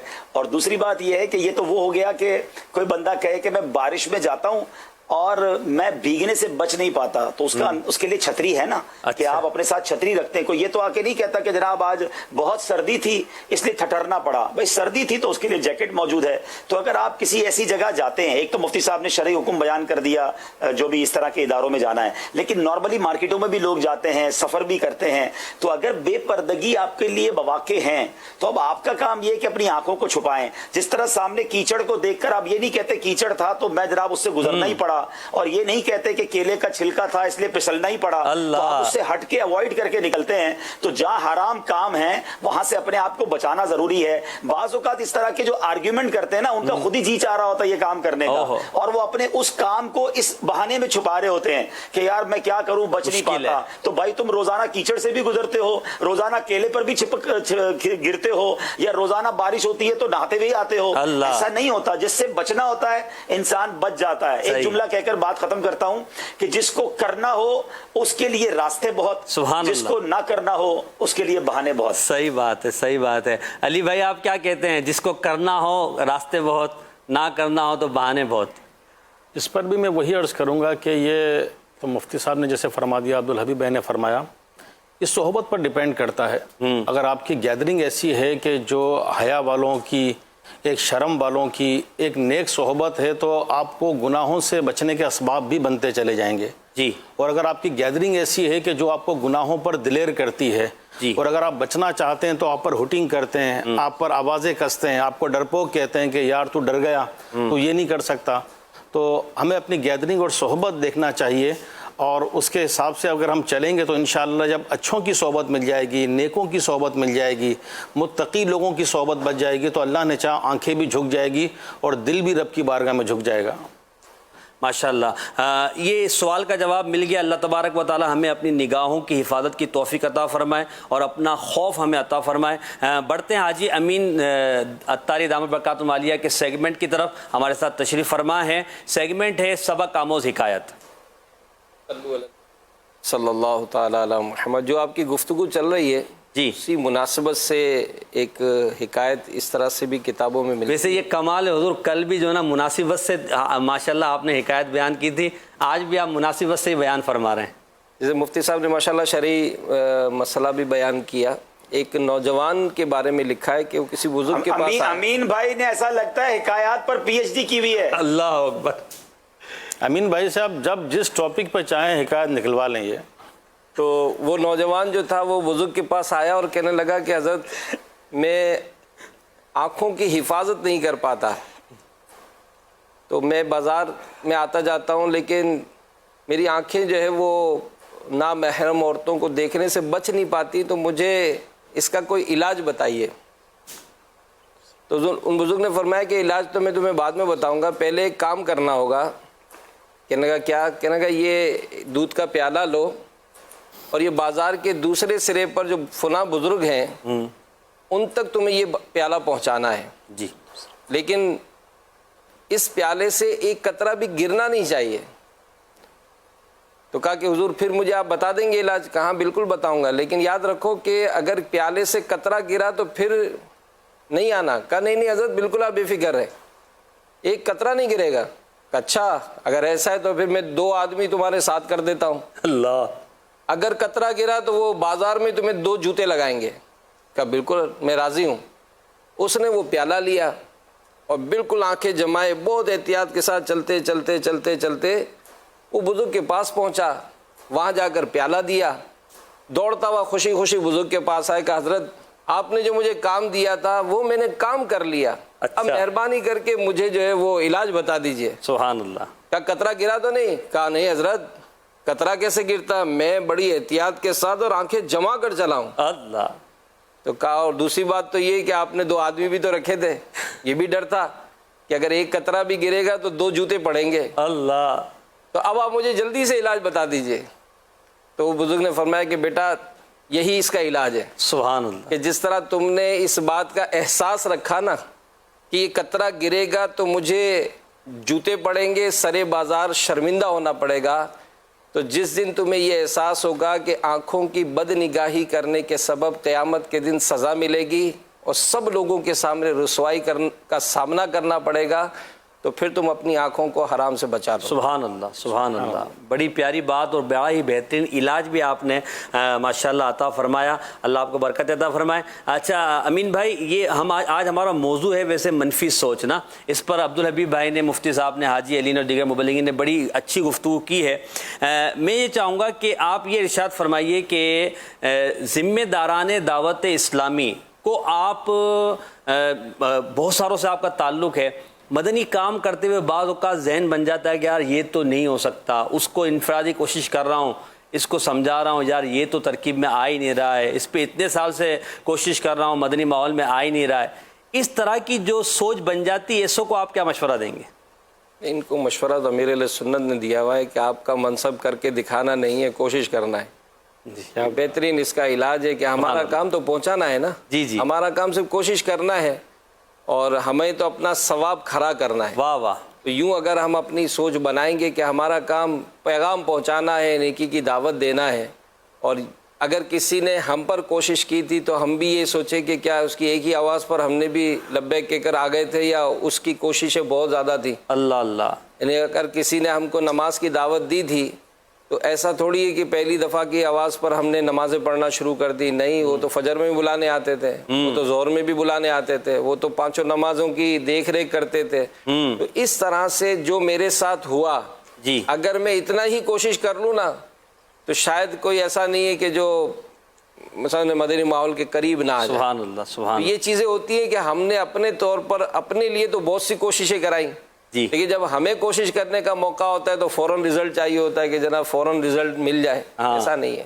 ٹھیک ٹھیک، یعنی رزلٹ کے لیے انتظار کریں اور کوشش جاری رکھیں. اللہ تعالیٰ رزلٹ ملے نہ ملے ہمیں کوشش کرنی ہے. واہ واہ ماشاء اللہ، کوشش کرتے رہیں، ثواب ملتا رہے، ثواب کماتے رہیں. ماشاء اللہ، یہ بھی بڑی پیاری بات ہے. یعنی ثواب پر نظر رکھیں، یہ پازیٹیو سوچ ہے نا.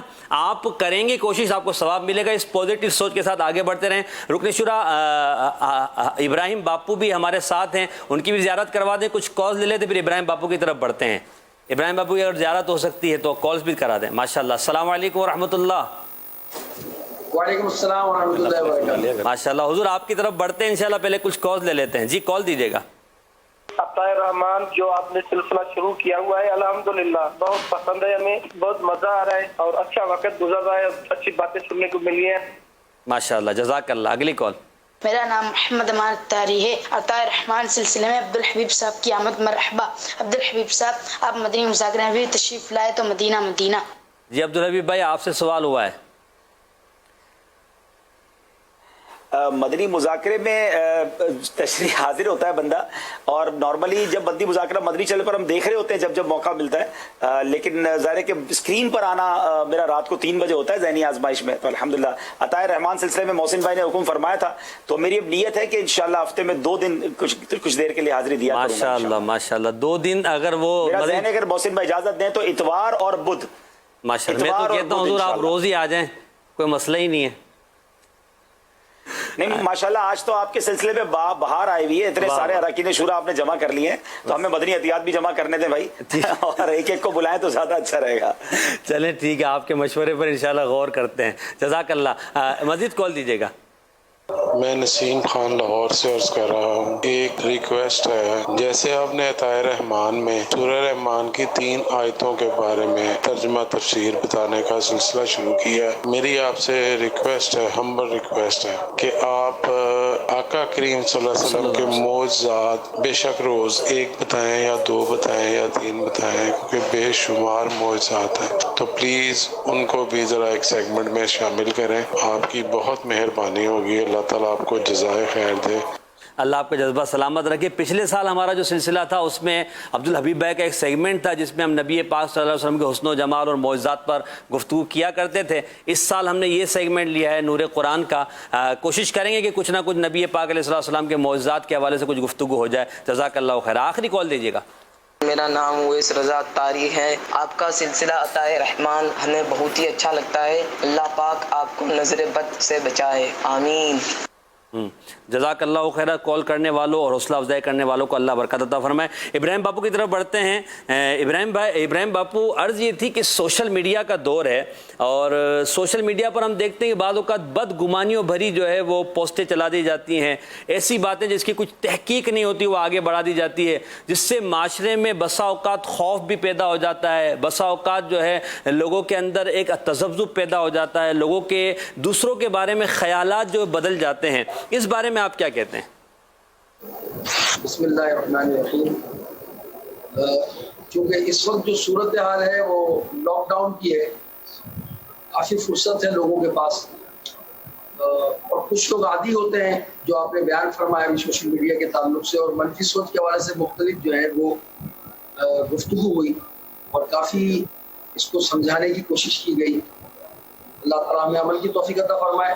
سوشل میڈیا کے ذریعے بھی جو ہے وہ جس طرح کی پوسٹیں آتی رہتی ہیں، اس میں کئی کیٹیگری ہیں. کچھ لوگ ایسے ہیں اتنے بےتاب ہوتے ہیں کہ ہر پوسٹ میں فوراً سے شیئر کر دوں، لوگوں میں فارورڈ کر دوں، اور فارورڈ کے وہ اتنے رسیہ ہوتے ہیں کہ بعض اوقات اپنی پوسٹ کو پڑھتے بھی نہیں.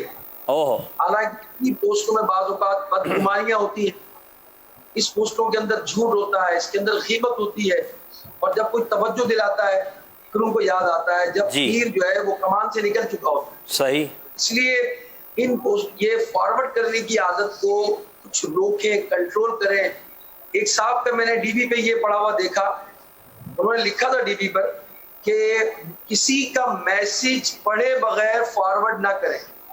اب انہوں نے کیوں لکھا یہ؟ یعنی یہ ان کو اندازہ ہوا ہوگا کہ لوگ ایسی چیزیں بھی فارورڈ کر رہے ہیں جو خود بھی نہیں پڑھتے.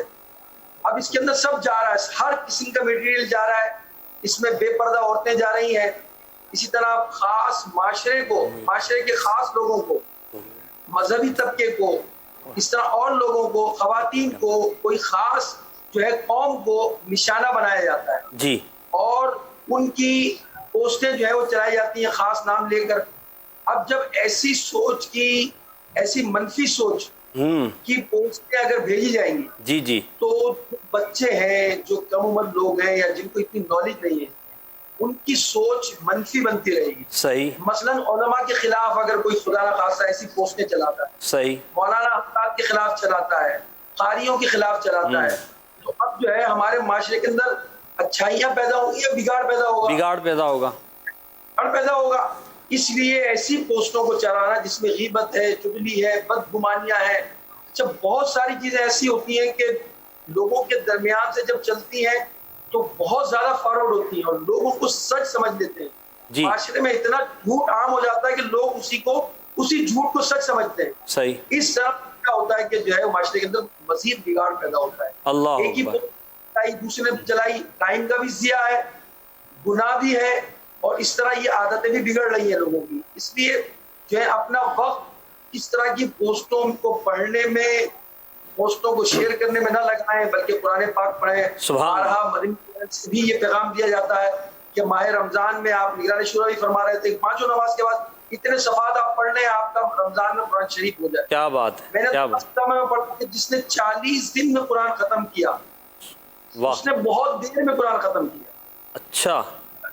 اب اندازہ لگائیے آپ کہ بزرگان دین کے واقعات تو ایسے ہیں کہ ایک رات کے اندر قرآن ختم کرتے تھے. سبحان اللہ، سبحان اللہ. اتنی کثرت سے تلاوت کرتے تھے. اب رمضان المبارک میں بھی ہمارا ایک قرآن ختم نہ ہو، ختم قرآن نہ ہو، ہمارے 1200 دفعہ درود شریف نہ ہو، دیگر ہمارا مطالعہ نہ ہو.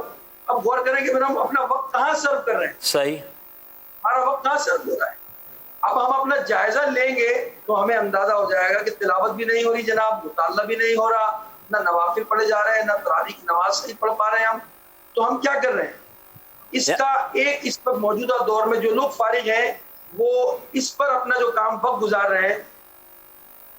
موبائل پر سے میری گزارش ہے بذریعہ مدنی چینل کہ اپنا جائزہ لیجئے کہ آپ روزانہ تلاوت کتنی ہو رہی ہے اور دیگر اعمال کتنے ہو رہے ہیں. صحیح. اور ان کا وقت مقرر کر لیجئے آپ. ٹھیک. انشاءاللہ وقت مقرر کر لیں گے. تراویح کے بعد مجھے یہ پڑھنا ہے، ایک پاؤ پارا مجھے فلاں وقت میں پڑھنا ہے، تو انشاءاللہ الرحمن اس طرح کی پوسٹیں جو معاشرے کے اندر بدگمانیاں پیدا کر رہی ہیں، جھوٹ پیدا کر رہی ہیں، اور جو ہے اپنے آپ کو گناہ میں لوگ مبتلا کر رہے ہیں اور منفی سوچ پیدا ہو رہی ہے مختلف طبقات کے لیے. جی جی. اس سے کیا ہوتا ہے کہ جب منفی سوچ پیدا ہو جاتی ہے تو اس شخص سے آدمی دور ہو جاتا ہے. جی جی جی. یعنی جب مجھے کسی کے متعلق معلوم ہوا کہ فلاں آدمی ایسا ہے، ایسا ہے، ایسا ہے، دوسرے نے بھی پوسٹ کے ذریعے مجھے اس طرح کی باتیں بتائی کسی کے متعلق، کسی طبقے کے متعلق، اب میرا ذہن بن جائے گا. اور میرا ذہن جب یہ بن جائے گا کہ یار یہ لوگ تو ایسے اچھے ہوتے ہی نہیں ہیں، اب کیا ہوگا کہ اب میری وہ منفی سوچ ختم نہیں ہوگی جب تک میں اس سے بات نہ کر لوں یا کوئی مجھے کلیئر نہ کر. صحیح صحیح. یہ جب جم جاتی ہے نا صورت، تو بعض اوقات مرض جب پرانا ہو جاتا ہے پھر اس مرض کا جانا بھی بڑا مشکل ہو جاتا ہے. آپ نے بڑی پیاری ابراہیم بھائی آپ نے بڑی پیاری بات کہی کہ ماشاءاللہ یہ جو پوسٹوں کے ذریعے جو منفی سوچ پیدا کرتے ہیں اس سے بھی بچنا چاہیے، اور بعض لوگوں کو جو ٹارگٹ کرتے ہیں اس سے بچ کر پازیٹیو انداز اپنا اختیار کریں. پازیٹیو انداز مدنی چینل کے ناظرین اگر آپ کا ہوگا تو انشاءاللہ معاشرے میں بہتری آئے گی. غلام محی الدین بھائی میں آپ سے عرض یہ کروں گا کہ ہم منفی سوچ پر بات تو کر رہے ہیں، کچھ آپ اس طرف بھی تو ہماری توجہ دلائیے، کچھ جملے آپ اس طرح کے کہہ دیجئے، ہمیں دے دیجئے کہ ہم اپنی سوچ کو مثبت بنائیں کیسے. جی اس کے لیے سب سے پہلے تو اچھی صحبت اختیار کی جائے. صحیح. مسلمان کے لیے حسن ظن رکھنے کا ہمیں حکم دیا گیا کہ ایک مسلمان دوسرے مسلمان کے لیے حسن ظن رکھے، یعنی اچھا گمان رکھے جی، اور مثبت سوچ اپنائے اور اچھا خیال رکھے. اس کی برکت ہمیں یہ ملے گی کہ انشاءاللہ عز و جل ہم کئی ٹینشنوں سے اور کئی بیماریوں سے بچتے ہوئے دلی سکون حاصل کر پائیں گے. اور پھر آپ یہ دیکھیے کہ جب پازیٹیو سوچ ہوتی ہے، ہماری پازیٹیو تھنکنگ ہوگی تو ہم دوسرے کی مدد کر سکیں گے. صحیح. اور خیر الناس من ينفع الناس، ہم مثبت سوچ کے ذریعے بھی دوسرے کی مدد کر سکتے ہیں. ضروری نہیں ہے کہ ہم کسی کی تنقید ہی کے ذریعے کسی کا دل اپنی طرف مائل کریں، بلکہ اس سے تو دل دور ہوتے ہیں دلوں کو قریب کریں، مثبت سوچ اختیار کریں، حدیث پاک پر عمل کرتے ہوئے خیر الناس من ینفع الناس، لوگوں میں سے بہتر وہ ہے جو اپنے مسلمان بھائی کو نفع پہنچائے۔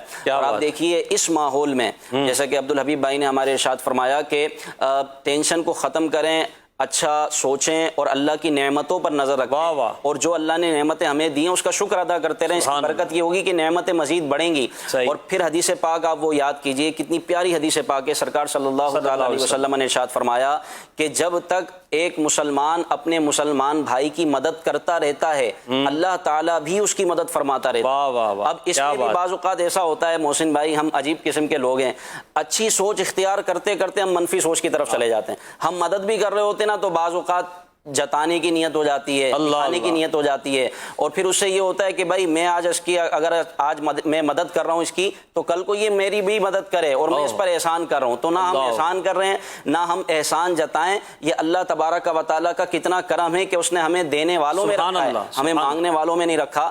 مثبت سوچ کے ساتھ جو عمل کیا جائے گا اللہ پاک کی بارگاہ میں قبول ہوگا۔ خیالات دل پر آتے رہتے ہیں، قلب کو قلب کہتے ہیں اس لیے کہ بدلتا رہتا ہے، تو اس کا آسان سا حل یہ ہے کہ اگر کسی مسلمان بھائی کے بارے میں بدگمانی آ رہی ہے آپ فوراً جھٹک دیجئے اور اعوذ باللہ من الشیطان الرجیم پڑھ کر الٹے ہاتھ کی طرف تھکا دیجئے۔ یہ علماء نے وظیفہ اور عمل لکھا ہے کہ انشاءاللہ اس سے بدگمانی چلی جائے گی۔ اور اپنی صحبت پر غور کریں، بروں کی صحبت سے بری باتیں ملیں گی، اچھوں کی صحبت سے اچھی باتیں ملیں گی۔ اور یہ مقولہ عربی کا اذا ساء فعل المرء ساعت ظنونہ، جب کسی بندے کے کام برے ہو جائیں تو پھر برے خیال ہی جنم لیتے ہیں۔ تو ہم کام اچھے کریں، اچھوں کی صحبت میں رہیں اور نمازوں کی پابندی رکھیں، قرآن مجید کی تلاوت کرتے رہیں۔ جب اچھا ہم پڑھیں گے، دیکھیں گے، سنیں گے تو انشاءاللہ ہمارے منہ سے بھی اچھا نکلے گا، ہمارا ذہن بھی اچھا سوچے گا، اور انشاءاللہ وہ دعا نبی پاک صلی اللہ علیہ وسلم کی ہم ایک آش ورد زبان رکھیں، یا مقلب القلوب ثبت قلبی علی دین، یا مصرف القلوب صرف قلبی علی طاعتک۔ اس کی برکتیں انشاءاللہ ہم سب کو ملیں گی۔ بڑی پیاری بات آپ نے کہی، اچھی صحبت بھی اختیار کریں گے تو اچھی صحبت کی برکت سے سوچ آپ کی اچھی بنے گی، نیک برے مناظر کی طرف بڑھیں گے، اور ہمارے جتنے مبلغین ہیں ان سب کو نیک برے مناظر بغور دیکھیں گے، اس پر انشاءاللہ مدنی پھول لیں گے۔ مگر اس سے پہلے میں اس موضوع کو خلاصتاً اس کا کوئی حل نکالنے کے لیے مفتی صاحب کی طرف بڑھوں گا۔ مفتی صاحب، جس سوچ کو جو ہم جس کی بات کر رہے ہیں اس کے بارے میں آپ کچھ اس طرح کے مدنی پھول دے دیں کہ آج کے سلسلے کا خلاصہ ہو جائے اور ہم ان آخری مدنی پھولوں کو اپنی گرہ سے باندھ لیں تو ہمارے لیے آسانی ہو جائے۔ دیکھیں، منفی سوچ کے دو پہلو جو ہے وہ سلسلے میں بیان ہوئے، ایک تو یہ کہ کسی دوسرے کے بارے میں منفی سوچ رکھنا، اور ایک یہ ہے کہ اپنی ذات سے متعلق جو ہے وہ منفی سوچ رکھنا۔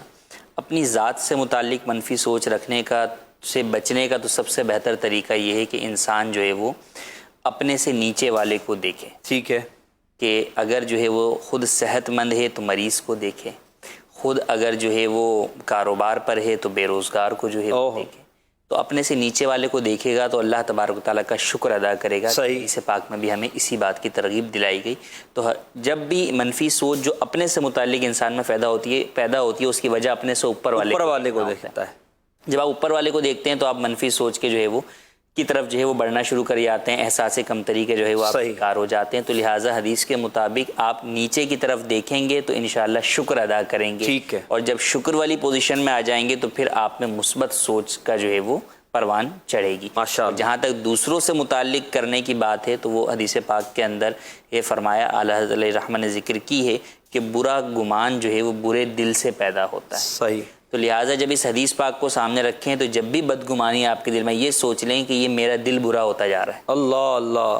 تو اب جتنا آپ برائی کسی دوسرے کے بارے میں سوچ رہے ہیں اس سے زیادہ اپنے دل کو برا جاننا شروع کر دیں آپ، کہ اگر میرا دل دوسرے کے بارے میں برائی جو ہے پروڈیوس کر رہا ہے تو میرا دل میں کتنی برائی جو ہے وہ جمع ہوتی چلی جا رہی ہے، کتنا گندا ہو رہا ہے، جو ہے وہ گندا ہو گیا ہے۔ جب اس طرف ہم سوچیں گے تو پھر ہمیں پہلے اس بات کی حاجت ہوگی کہ بجائے اس کے بارے میں برا سوچیں، پہلے اپنے دل کی جو ہے وہ صفائی کریں، یعنی اپنے گریبان کو دیکھ لیں، اپنے آپ کو دیکھ لیں کہ آپ کیسے ہیں، تو اپنے آپ کو درست کر لیں، انشاءاللہ عز و جل دوسروں کے لیے بھی اچھی سوچ بن ہی جائے گی۔ بڑھتے ہیں نیکیوں بھرے مناظر کی طرف۔ ہاں، اور یاد رہے کہ آپ کے سوالات، آپ کو جو سوال دیا گیا ہے اس کا جواب بھی بتایا جائے گا، اور انشاءاللہ حاجی علی رکن شورا کے ذریعے انشاءاللہ ہم صحیح 12 نام جنہوں نے صحیح جواب دیے ان کے نام بھی پکاریں گے، نمبر ان کے پٹی میں نام بھی چلائے جائیں گے۔ آپ ہمارے ساتھ رہیے، پھر احساس احساس کیجئے. ایک ہمارا سیگمنٹ اس کی طرف بھی بڑھیں گے. بڑھتے ہیں نیکیوں بھرے مناظر کی طرف.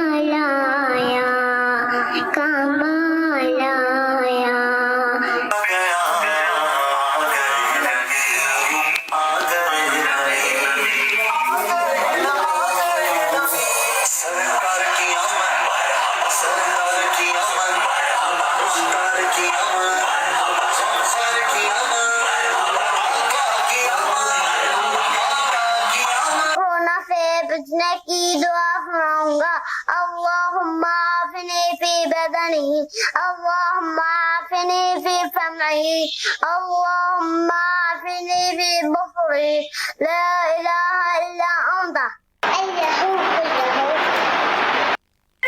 السلام علیکم ورحمۃ اللہ وبرکاتہ. میرا نام برہان ہے. پانی سیدھے ہاتھ سے پکڑ کر الٹا نیچے رکھ کر دینا چاہیے. یہ لو عبد الباری. مجھے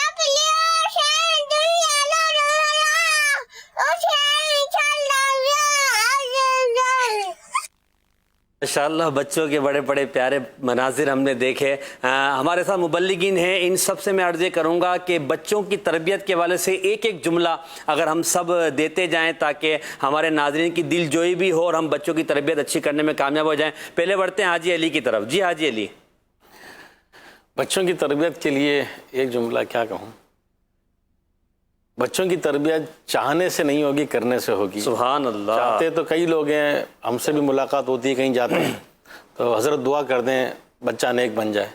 بعض اوقات تو کہتے ہیں، بعض اوقات نہیں کہہ پاتے ہیں. چلے آج مدنی چینل پر کہہ دیتے ہیں کہ بچہ نیک بن جائے، بچے کا ابا نہ بنے. اللہ.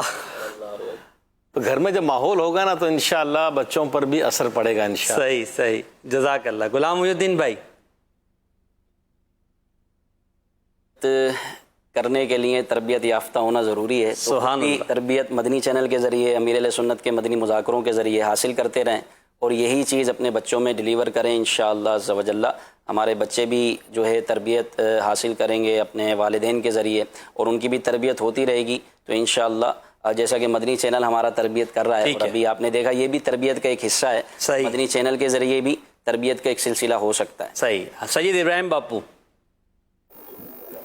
یہ تو ماشاءاللہ مدنی ملوں کو جو ہم نے دیکھا، یہ کارکردگی ایک طرح سے ہم دیکھا جائے کہ جو مدنی چینل سے اٹیچ ہے ماشاءاللہ، تو اور ان کے اندر تربیت جو ہے ان کی بہتر ہو رہی ہے. نعرے لگائے جا رہے ہیں، تلاوت ہو رہی ہے، کہیں نعت پڑھ رہے ہیں، کہیں دعائیں مانگی جا رہی ہیں. خصوصاً کڈس مدنی چینل جی جی بچے دیکھ رہے ہیں ماشاءاللہ، اس کے ذریعے بھی تربیت ہو رہی ہے اور گھر کے ماحول کے ذریعے بھی ہو رہی ہے. ماشاءاللہ اللہ تعالیٰ برکت عطا فرمائے. آمین. مدنی چینل کو اپنے گھر میں ضرور اٹیچ کریں. ماشاءاللہ. مفتی صاحب میں وہ جو ایک بچہ تھا وہ مائک کی پریکٹس کرنے کے لیے گاڑی میں پینسل لی ہوئی تھی اس نے، مگر انداز تھا اس کا، یعنی یہ ابھی سے اگر اس کی تربیت ہے تو وہ آگے جا کر انشاءاللہ ایک اچھا نعت خواں، ایک اچھا تلاوت کرنے والا، بیان کرنے والا، اس کانفیڈنس اس کے اندر کتنا آئے گا. یہ بچوں کی تربیت کرنے کے اندر جو ایک بنیادی جو ہے وہ نقطہ ہے کہ آپ ان کے ساتھ جو ہے وہ اس معاملے میں جس میں تربیت کرنا چاہ رہے ہیں بچے بن جائیں آپ. تو اگر آپ نے بچے کو نعت سکھانی ہے تو آپ بھی بچے بن کے جو ہے وہ نعت پڑھنا جو ہے ان کے ساتھ شروع کر دیں گے تو وہ بچوں کی تربیت ان کے لیے آسان جو ہے وہ ہوگی، سیکھنا ان کے لیے آسان ہوگا. اگر آپ بڑے بن کر اور اپنے معیار کے اوپر بچے کی تربیت چاہیں گے تو بچہ آپ کے معیار پہ نہیں آ سکے گا، تو آپ کو اس کے معیار پر تھوڑا نیچے اتر کے جو ہے وہ چیزیں وہ سکھانی پڑیں گی. اور اس کے اندر بچوں سے غلطی ہو تو کبھی بھی انہیں جھڑکیں نہیں، بلکہ پیار محبت سے انہیں سمجھانے کی کوشش کرتے رہیں. ان کی ٹوٹی پوٹی بھی جو بھی چیز وہ کر رہے ہیں اس کے اوپر ان کو اپریشیٹ کریں، ان کی حوصلہ افزائی کریں. انشاءاللہ یہی چیزیں ان میں آگے جو ہے وہ مزید ترقی کا باعث. ماشاءاللہ. بڑھتے ہیں سیگمنٹ احساس کیجئے کی طرف.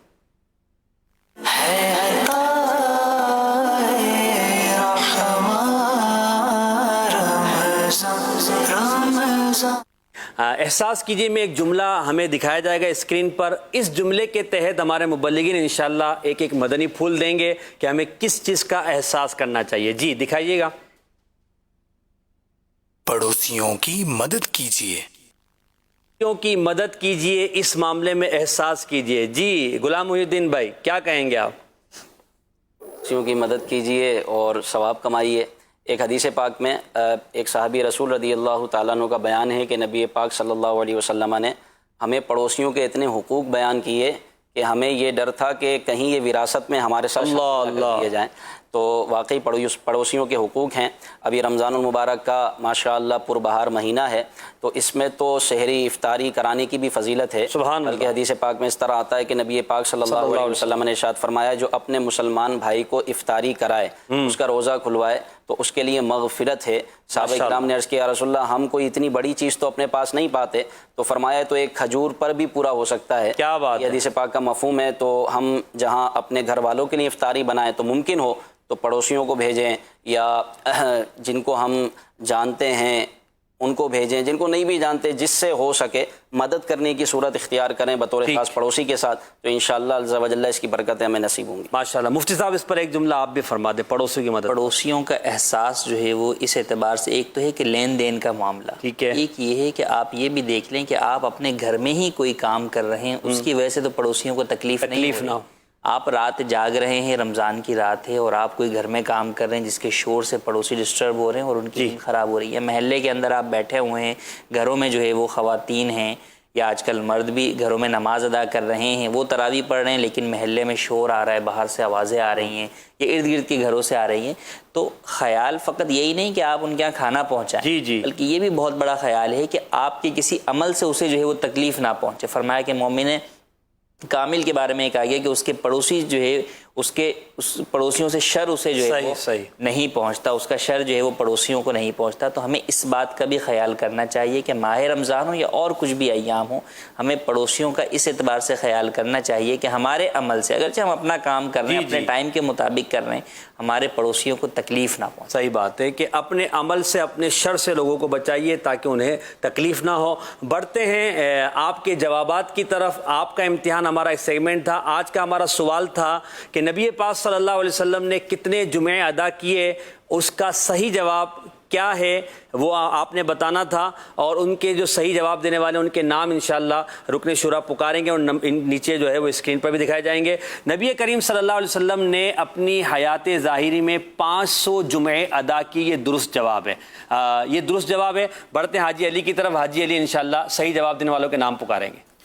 میرے پاس جو 12 نام آئے ہیں جنہوں نے درست جواب دیا ہے: محمد عرفان اتاری گجرات پنجاب، محمد بلال کمالیہ پنجاب، محمد اشتیاق کوئٹہ، بنت حنیف لاہور، حنیف اتاری کریم آباد کراچی، ام فیضان ڈیرہ اسماعیل خان کیپی کے، نوید طاہر اسلام آباد، بنت اقبال کراچی،